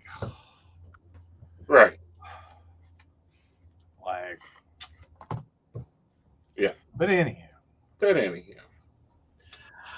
With that, guys, we hope you enjoyed the show. Yes, it's a little long. It's been a week. And, you know, it's the government. Hey, we had some fun. It was a good show. I'm going to send you a username. Please make sure to go and find them and destroy them. Oh, okay. Thank you. All right. Thank you. Awesome. Yeah. So with that, guys, take it away, my darling. All right. 1 second. Let me get back over there.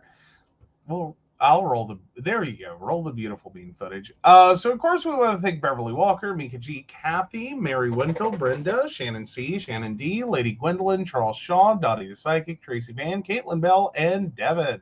If you'd like to learn more about us, the show, or how you, too, can become a Patreon sponsor and receive all the wonderful benefits our baristas receive, please visit us at pcspnetwork.com. Now, a reminder, baristas, you have a gallery reading at 6 p.m. tomorrow. Do you come? Do you enjoy? Yes. We look forward to you being there. there. For free. If you do not have your ticket, you can get your ticket from aesonnight.com, and it is $10. Yep. So with that, y'all, we will see you tomorrow. Bye, y'all. Bye.